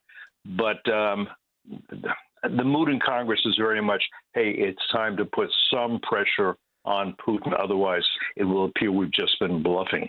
Well, so Professor Stephen Kotkin's recommendations, removing Gazprom Bank from the banking system, confiscation of $300 billion worth of Russian deposits in European banks, putting it to India and the EU EU countries to stop buying Russian oil and natural gas, and maybe even cutting a deal with China. What do you think of those ideas? I think those are all very much worth exploring and probably very much worth doing. I think when you have Russia every day committing war crimes, every day targeting civilians, the $300 billion that Russia has in European banks, mainly in Belgium, I think it's time to either take it and use it for reparations and rearmament for Ukraine, or you could say, look, we're going to take, I would say, $1 billion, $2 billion every day that a civilian target is purposefully hit. That's how we move going forward. All the rest sounds promising. With China, who knows? I think you do have to worry about the possibility that China will say, okay, but what we really want here is not a trade deal. What we really want is to reunite Taiwan with Beijing, which means Taiwan falls under the Communist Party of China. In a way, keep in mind, you have Putin and Xi Jinping saying the same thing. There are lands we want. They think they're independent. They think they have the right to vote. They think they have the right not to be ruled by us. They don't. And that's what we are enforcing. And Kim Jong-un thinks the same thing, by the way, in terms of South Korea. And he hates Japan. And he also has the ability to target Guam and other American possessions in the Pacific. But if there is a way to get Xi Jinping to back off, and you can do it for trade. As you know, the Chinese economy is in big trouble. By the way, the Russian economy is in big trouble, too. In a certain sense, Putin is bluffing on that, but he thinks, or he is asserting that he can hold out economically, do what you want. I'm not worried. He may be, which is why if there is real pressure, maybe he would agree to some kind of a settlement. That settlement, I totally agree with Cotton. What anything Putin has conquered is going to stay conquered. That's just the reality of it. But what Putin is asking for, and this is an important point, he is asking for territories that military analysts say would take him at this rate, at the current rate of advance, 4 years and 1 million casualties to further conquer. And what he wants is particularly what's called the Fortress Belt. The Fortress Belt is fortified cities that have prevented his military from moving, more than inches at a time, laying hundreds of bodies down to do so. If you give up those fortified cities, what's going to happen is then the interior of Ukraine, including Kyiv, will be much more vulnerable for the next round of attacks. And as for security guarantees, what Putin is saying, and particularly his foreign minister Sergei Lavrov is saying, is you want security guarantees? Sure, but it's not just, the Europeans. We want a role in that. We'll help secure Ukraine after this. And then maybe the Chinese should have a role in that too, which means no security guarantees, obviously. Well, I mean, the idea that 4.5 years to conquer the territory that he is proposing to have ceded to him. But I mean, does Ukraine? I mean, I don't know how these analyses are done, but what sort of staying power does Ukraine have? I mean, and what sort of timeline is Ukraine on in terms of trying to end this war before the country is completely leveled? Do they have that much time? Can they hold out just even in that area for that long? Yeah, here's the thing. For the most part, the conflict in terms of territory has been relatively frozen. Again, the Russians are moving westward at really just baby steps. They can't seem to get through the fortress belt and all that. What is hurting, obviously, is when every day the Russians hit nurseries, old age homes, schools, museums, whatever, just a terrorist war, not hitting military targets, but hitting residential. What the Ukrainians need and want are more munitions. And I think Trump had a good way of doing that. He said, look, we'll sell the munitions to the Europeans. The Europeans will transfer them to their fellow European democracy, to Ukraine, so that Ukraine is not in the situation where there are 10 artillery shells coming in for every one they fire. They need more weapons. And as Kotkin also pointed out, what this is doing is expanding the U.S. defense industrial base. We are mostly giving old weapons to the Europeans and creating new weapons for ourselves, which we very much need. We are profiting from this. We will profit from this. That's the way the world works, and that's not a bad thing for the U.S. But yes, what they need are munitions. They're developing their own, somewhat slowly. They're doing amazing things with drones, which we're learning from, and that's important. They also need the ability. They need, in particular, long-range missiles and permission, which Biden didn't give, but Trump can give, to use those missiles against military, not civilian, military targets inside Russia. Again, inflicting pain on Putin. So he says, okay, let's call a halt. I've done a good job here. I've got Crimea. I've got the eastern section. I've got Ukraine. I've got a land bridge to Crimea. That was an important goal of mine. I can say to my hardliners, I've done a good job. My successor can do more, or you can do more, and I can do more after Trump is out of office and we have somebody who is easier to deal with, President Alexandria Ocasio-Cortez. Somebody. Yeah, God forbid. Cliff May, president of the Foundation for Defense of Democracies, foreign affairs columnist for the Washington Times. Thanks as always, Cliff. Thanks, Dan. And Cliff May joined us on the Turnkey.pro answer line. Hear about the big stories of the day, then talk about them right here on Chicago's Morning Answer on AM 560. The Answer. A great smile can make you feel happy and confident. So when you consciously conserve your teeth, that glowing smile will show through.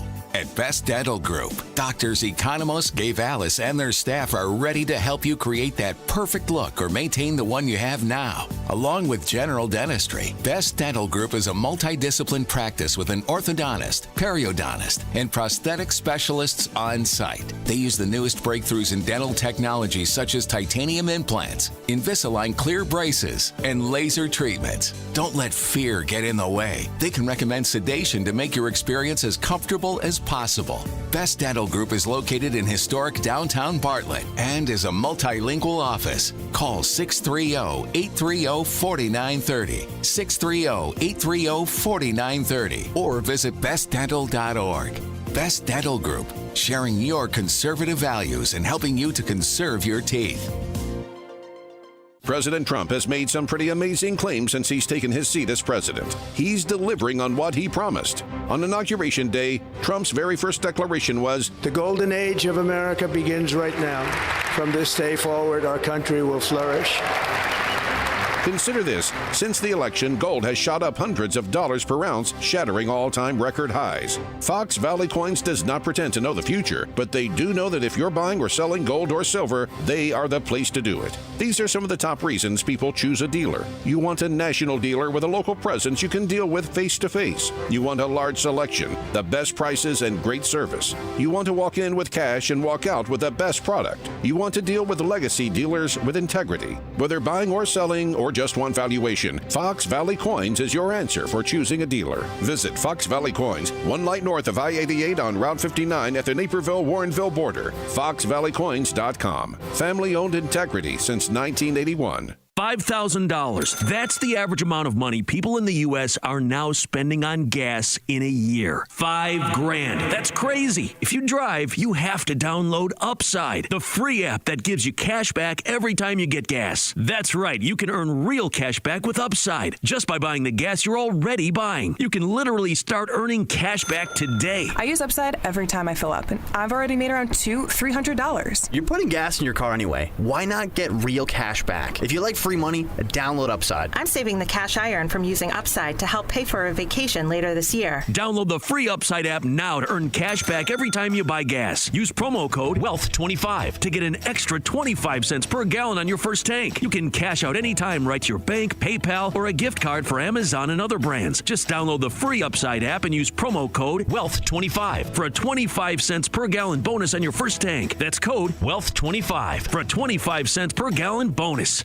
If you're purchasing a new home and working with Rocket Mortgage, listen very closely. Carly, 54, first-time home buyer, income 65 G's a year, contacted Rocket Mortgage for a mortgage. Rocket locked her into a 25-year fixed FHA loan at 6.125%, which sounds great until I reviewed Rocket's loan documents. Carly didn't know Rocket placed her into a 25-year fixed loan, not a 30-year fixed loan like she wanted. Carly also didn't know Rocket Mortgage charged her over $5,000 to lower her rate. I explained why I thought it wasn't in her financial best interest to buy down the rate, and that's why Team Hochberg, not Rocket Mortgage, will be helping Carly with her mortgage. Let's review. Rocket Mortgage placed Carly into a loan she didn't want and didn't understand why Rocket charged her to secure a lower rate. If you want to work with a lender you can trust, give us a call now at 855-563-2843 or visit 56david.com, 855-563-2843 or visit our website 56david.com. Lower.com, equal housing lender, MLS 112-4061.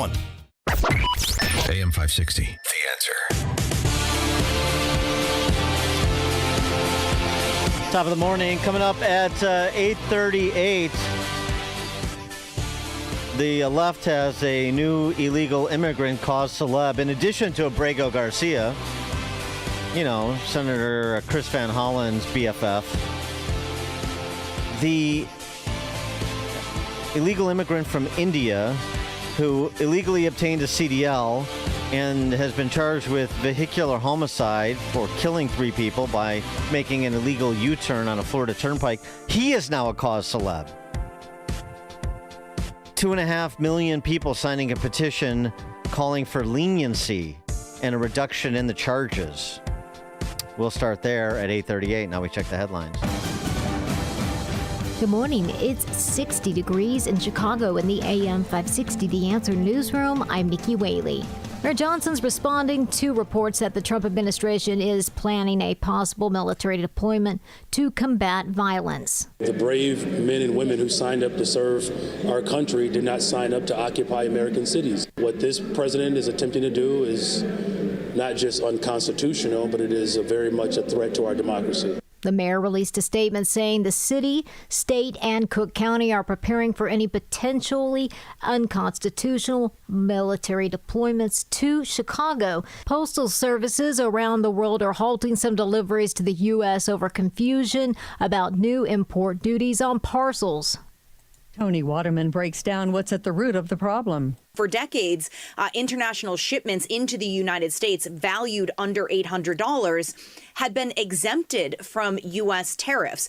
Trump says that is undermining U.S. companies. Trump signed an executive order last month abolishing the trade loophole. As a result, global mail carriers based in Britain, France, and Germany will be among those temporarily suspending shipments to the U.S. starting this week. Under the new rules, personal gifts worth less than $100 will be exempt, but all other packages will face the same tariff tariffs as imports from their country of origin. I'm Tammy Trujillo. News is a service of almostfreeteeth.com. What if you could save, on average, 90% for dental implants and get 100% of your smile back? With the Blue Cross Blue Shield PPO or FEP, it's possible. Check if you qualify at almostfreeteeth.com. A check of the roads coming up in 2 minutes on AM 560 The Answer. Charlie Kirk says we need to tread lightly. I would introduce some caution here about trying to indict Obama. Of course, I think he probably deserves it. But remember, Obama still remains very popular amongst the American people. You could potentially create a political martyr. However, I think indicting Brennan and Comey, who are the operators here, we want this case to be ironclad. If you indict them and this fails, it's worse than never even trying. The Charlie Kirk Show. Weekdays at 11, right before Scott Jennings at 1 on AM 560. The Answer. Attention investors with a 401k, IRA, or retirement account. The dollar has lost over 25% of its value in the past 5 years, and it's only going to get worse. Are you prepared for what's about to happen next? We are Advantage Gold, the #1 customer-rated gold IRA company in America, and we are helping Americans prepare for the great de-dollarization by diversifying their portfolios with physical precious metals. We've partnered with former chief economist of the IMF, Kenneth Rogoff, to give away his latest book called Our Dollar, Your Problem, a must-read for investors. Call 800-741-GOLD, and we'll rush a free copy of Our Dollar, Your Problem to your doorstep and include our special gold IRA investing kit, valued at $49. The dollar is losing value fast. Call 800-741-GOLD now to get your free copy of Our Dollar, Your Problem and our free gold IRA investing kit. Supplies are limited. Consult your tax and financial professional before investing. Call 800-741-4653. That's 800-741-GOLD. People ask us all the time, when's the best time to replace an old air conditioner? Simple. Before it breaks. Because when it does, you know it'll be the hottest day of the year, and suddenly you're scrambling like hundreds of others to get help during a heat wave. At Air Right Heating and Cooling, we've seen it all. We know there's never a good time to be without AC, especially in Chicagoland, where the humidity can make 80 degrees feel like 100. At Air Right, our experienced technicians don't just work fast, they'll do it right. Browse through our more than 1,500 5-star Google reviews to see what our loyal customers love most about us. If it's been a while since your system was inspected, don't wait for a heat wave before having it checked out. And right now, AM 560 listeners receive $56 off any service. Visit Air Right Heating and Cooling today at AIR-RITE.com. Again, that's AIR-RITE.com. Air Right, doing it right since 1959. This hourly segment brought to you by Unleash Your Wealth with Raj Shah and Rick Borick this Saturday at 7 a.m. and 2 p.m. Learn more at scwealthadvisors.com.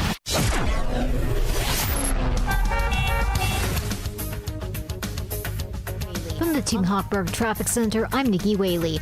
On the Edens, inbound from Lake Cook to Montrose, 18 minutes, 21 minutes outbound. On the Kennedy, inbound from Montrose to the Byrne Interchange, 27 minutes. Outbound is about 18 minutes. On the Eisenhower, inbound from Wolf to the Old Post Office, 48 minutes. Outbound is about 29 minutes.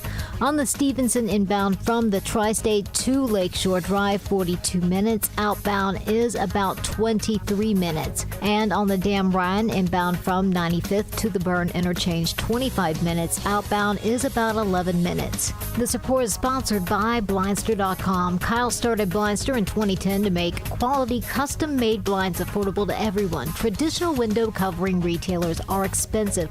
Blindster prices are low and their blinds are guaranteed to fit.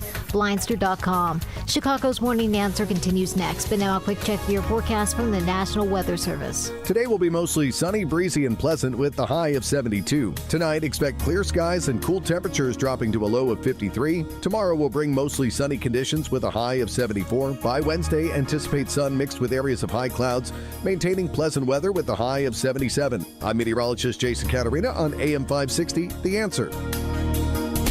Now, from the Signature Bank Studios.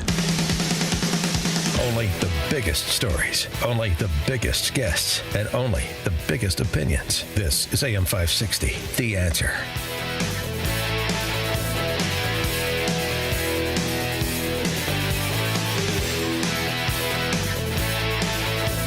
Top of the morning, Dan Proft. Talk a little bit about border security and deportations. Since Abrego Garcia is back in the news, there's another cause celeb for many on the left, particularly of Indian descent, it would appear. Not limited to, but particularly. 2.5 million signatures as of the last time I looked, which is this morning. 2.5 million signatures on an online petition to free the illegal immigrant from India with the phony CDL license who killed 3 people on that Florida Turnpike by trying to make an illegal U-turn in a tractor trailer. Free him. Some are suggesting made a mistake, leniency, or made a mistake, it was an accident. Shouldn't be charged criminally, it's just an accident. So, a community service, a fine. 3 people are dead. It's sort of a sickness that is identitarian politics. I don't know if you've heard. If you hadn't, listen to some of the people not only signed a petition, but have posted videos explaining their support for this illegal immigrant from India who has been charged with 3 counts of vehicular manslaughter. I'm in support of Harjinder Singh. I know it was an accident. He made a terrible mistake, not a deliberate choice to harm anyone. He was working hard to support his family like so many of us, and one wrong decision changed everything. A 45-year prison sentence is not justice. It's Naprit. I support Harjinder Singh. It was an accident. He made a terrible mistake. It was an accident. He made a terrible mistake. It was an accident. He made a terrible mistake, not a deliberate choice to harm anyone. It was an accident. He made a terrible mistake, not a deliberate choice to harm anyone. He was working hard to support his family, like so many of us. It was an accident. He was working hard to support his family. Boy, I mean, that sort of message consistency is something you normally just get with the DC Press Corps or the new Marxist politicians once they get the morning message memo from the central office. 312-642-5600, turnkey.pro answer line. Made a terrible mistake. There are terrible mistakes that people make that expose them to criminal punishment. Is this news to those 2.5 million people who signed this petition? That's why it's vehicular manslaughter. Right, he did not intend to kill anybody that day, but he acted in a criminally negligent way, that action being the proximate cause of the death of 3 people. You see? Is that clear? Is that unclear? Cultural problem, especially with the groups that have been granted temporary protected status, the number of people here illegally, and just this sort of mindless talking point about terrible mistakes, no malicious intent, and he's otherwise here working hard to support his family. Right. He's just a California man by way of Washington State and New Mexico who illegally obtained a CDL and clearly didn't have the requisite skill to operate a truck, which is why, oh, by the way, against the backdrop of what happened, Secretary of State Rubio, effective immediately, we're pausing all issuance of worker visas for commercial truck drivers. The increasing number of foreign drivers operating large tractor-trailer trucks on U.S. roads is endangering American lives and undercutting the livelihoods of American truckers. There's a real cultural divide here when you can have millions of people discard the lives of 3 people taken on that Florida Turnpike by an obviously criminally negligent act by someone who shouldn't be in this country, regardless of whether he's working hard to support his family. Working hard to support your family, is not a get out of jail free card, or it's not the basis for citizenship on your own terms or legal status on your own terms. This is complicated. Seems to be. By the way, it's not just drivers of, well, CDL licenses, tractor trailer drivers. In less than a week, the Department of Homeland Security has confirmed the involvement of 2 Angolan illegal aliens in separate vehicle wrecks that resulted in the deaths of 2 pedestrians in Maine. So maybe I want to wake Janet Mills up, the governor there. Both illegal aliens from Angola overstayed B2 tourist visas. They've now been arrested by ICE. Stacy Stratford, 64-year-old, was hit by one of these illegal aliens from Angola while she was crossing the street, killing her at the scene. And so was Elizabeth Camacho, 70-year-old pedestrian. She was killed in a public park. The Angolan illegal immigrant operating the vehicle while on a learner's permit and ran over a 70-year-old pedestrian in or around a public park. So 2 more preventable deaths in Maine. West Palm Beach, Florida, 2 Guatemalans. Palm Beach County Grand Jury has indicted 27-year-old Josue Mendez Salas and 23-year-old Pablo Cabon Mendez on multiple counts of sexual battery on a child under the age of 12. Both men, originally from Guatemala and living in West Palm Beach, were recently arrested after the 7-year-old's victim bravely came forward. Investigators say the abuse was not only frequent, but brutal. The child was reportedly sexually abused almost every day and beaten with a belt. 312-642-5600, turnkey.pro answer line. Some of the reporting suggests that this is mainly Punjabi youth that are signing the petition to free the illegal immigrant who killed those 3 people on the Florida Turnpike. Well, and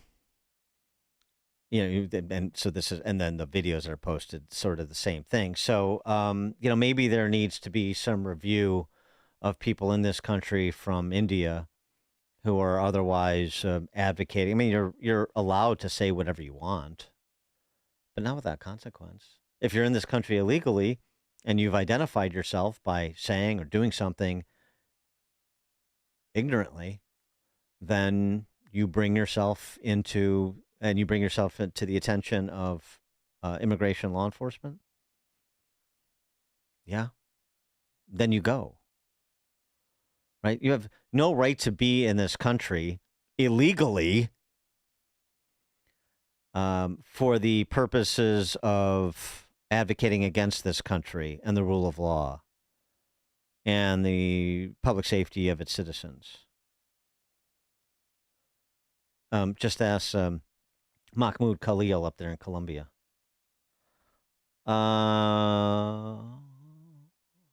Matt, Southside. Hey, good morning, Dan. The problem is that if a police officer, God forbid, shot someone by accident, trying to get home to his family and support his family, these are the same people that would complain, and you wouldn't ever hear the end of it. This country is just so goofy, and everybody's gotten so crazy with, if you're pro illegal immigration, they don't want to hear it, and there's nothing you can say or do to bring these people back to being normal. So I don't get it. Something's got to give at some point, because this country can't go on as far as, as long as certain, half this country, or maybe not half, but favors criminals over law-abiding citizens. Thanks for the call, Matt.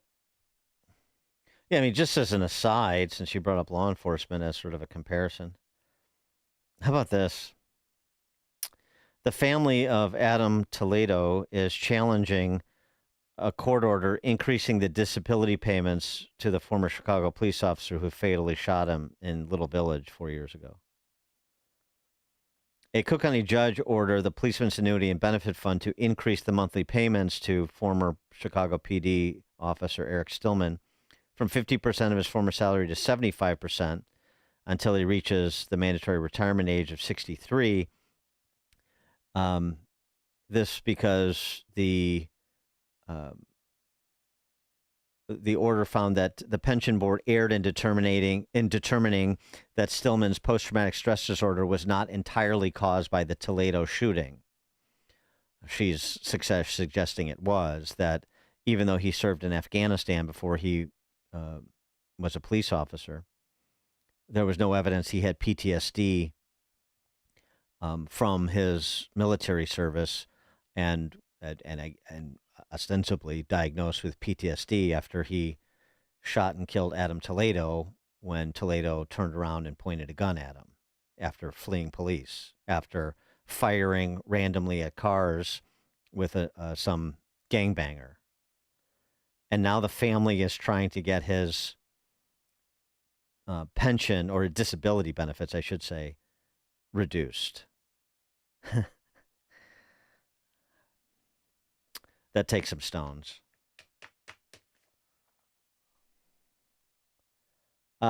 Jack in Northwest Indiana.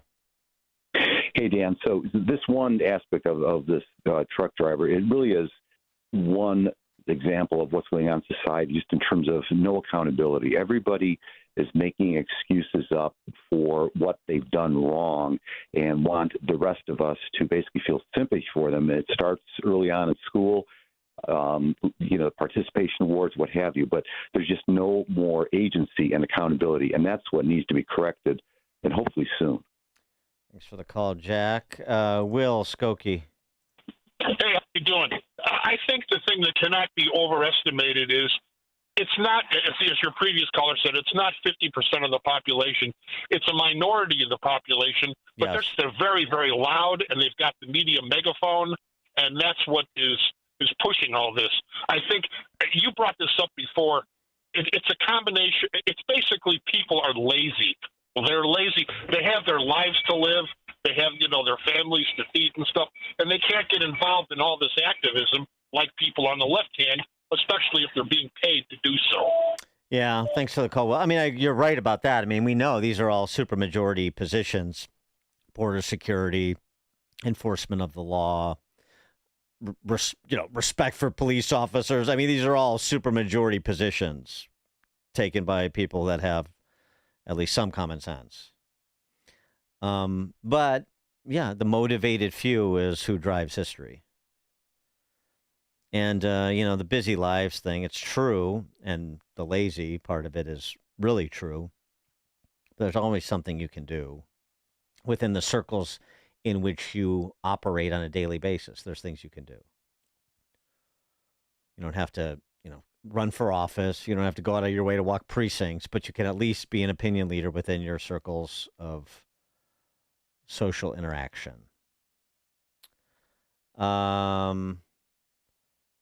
Jordan in Antioch. Good morning, Dan. This whole topic really kind of hits home. It's really close to home for me. Obviously, I drive garbage truck. The trucking industry as a whole has a lot of problems that people are completely unaware of, that aren't involved, a part of it. So first off, as with my company, with our drivers, you don't go on the road by yourself until you spend a minimum of 3 weeks with a trainer. They ride with you. They drive it first. They explain the truck, how things, traffic conditions.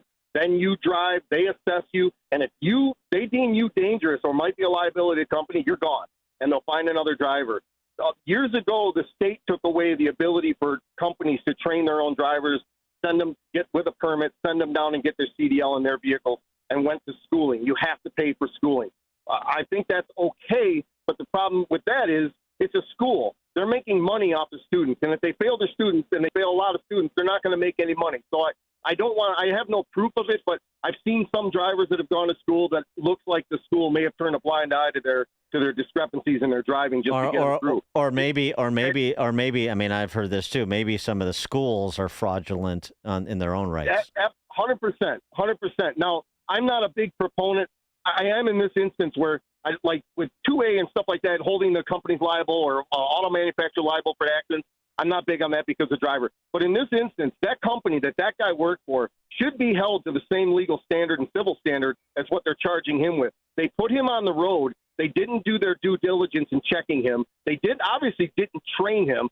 And to a larger part, and this is no excuse, but I told the screener, The trucking industry has the same exact problems that every other blue-collar trade has, and it's lack of manpower. Now, the difference between trucking and every other trained trade is it's much easier to take some guy who may or may not have a legal license and throw him on the road because you need butts and seats to get your goods from point A to point B so you can make your money. It's easier to do that than it is to put a guy in a house doing plumbing with other guys because he's constantly being checked. Those guys have to be trained. I mean, that's not an excuse. That's just the reality of where we're at. And it goes back to the companies that are putting these guys on the road. My industry as well. The companies that are putting these guys on the road need to be held accountable, no different than the driver for the actions that they do. And let's go back to the Willis family, right? The state, and I don't know if Federal Motor Carrier allows other states to do this. When your company is big enough, you are allowed to inspect and certify your own vehicles for DOT inspection, right? Well, if you're a company that's operating on a shoestring budget because of regulations, fuels, or just mismanagement, you are not fixing everything that needs to be fixed and putting them on the road. And at the end of the day, the driver's blamed because he didn't do a proper pre-trip. And that's another thing. Are they training these guys to actually check their trucks before they leave? Are they training them to report them? And do the guys have the stones to say, I'm not driving it, it's not safe? The trucking industry has a lot of problems that people don't understand and don't see. You just see trucks going down the road. There's a lot of moving parts and a lot of problems and a lot of dark crap that happens in it. Thanks for the call, Jordan. Well, and then when you have CDL licenses being granted illicitly, individuals in the DMV offices in California, Washington State, New Mexico, that all needs to be looked at too. And there needs to be some accountability for those that are supposed to be providing oversight. In addition, both publicly and privately, governmentally and private enterprise. Bill, Northwest Side.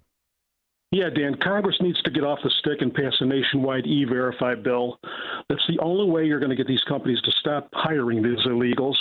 Heavy sentences, heavy fines, close down the company, whatever you need to do. But they need to do that. It's a nationwide problem, not only in the trucking industry, but probably every other industry. Thanks for the call, Bill. And on the politics of this, some interesting piece that Jim Messina wrote. He's a Obama flack. He's Obama's campaign manager in 2012. Anyway, Messina wrote a piece about this, sort of reminding him of the late 80s, and he's not saying that positively for Democrats.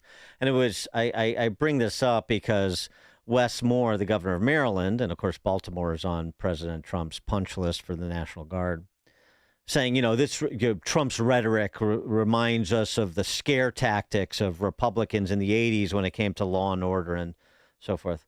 Well, I'll tell you what, the issues in major metropolitan areas in this country, not on public safety, both domestic and foreign, are significantly worse than they were in the 80s when you combine the two. And so, Wes Moore's dismissing it like the rhetoric of the 80s was out of bounds and it negatively impacted Republicans. You're remembering the 80s wrong.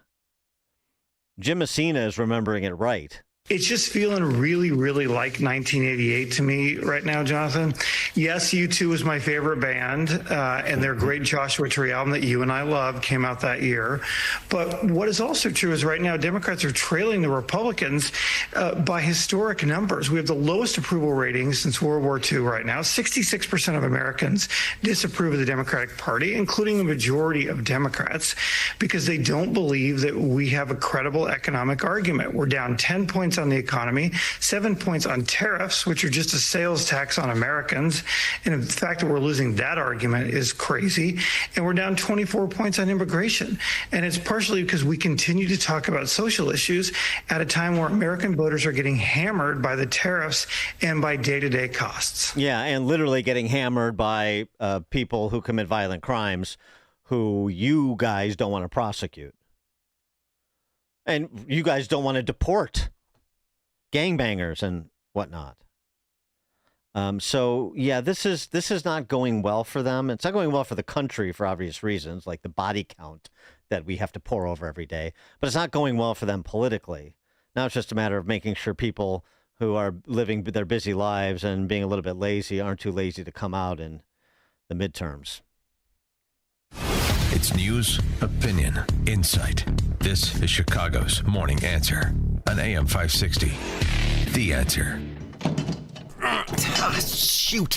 Hun, I can't fix this leak. That's okay, babe. I'll get a plumber. Oh, boy. What's that going to cost? I'll let you know in 60 seconds. Huh? For a rapid estimate on a plumbing repair, just go to CenterGuardPlumbing.com. Use the easy price calculator and get a quote for many jobs in just 60 seconds. Okay, it's not going to be much, babe. Okay.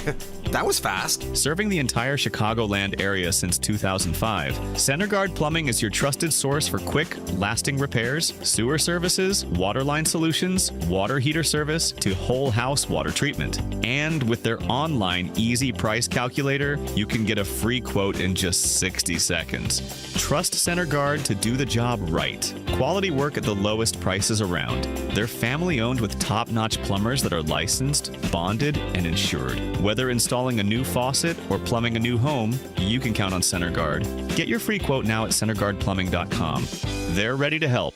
I'm Ben Barzita. And I'm Matt Nadeau, founding partners of Barzita and Nadeau Wealth Management. And after more than a decade on the air, we're excited to be back with our brand new show, Money Hour Radio. Tune in every Saturday at 1 p.m. on AM 560 as we break down retirement planning, market trends, tax reduction strategies, and our Advance and Protect investment approach. It's sophisticated planning, independent analysis, and trusted guidance backed by over 40 years of combined experience. Join us for Money Hour Radio, Saturdays at 1 p.m. on AM 560. AM 560. The Answer.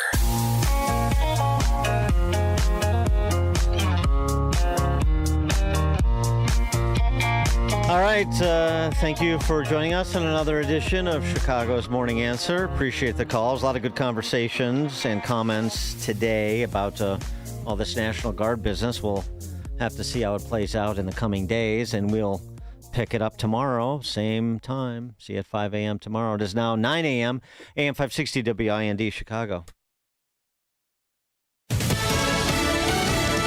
Bound for Uganda. I'm Therese Crowley.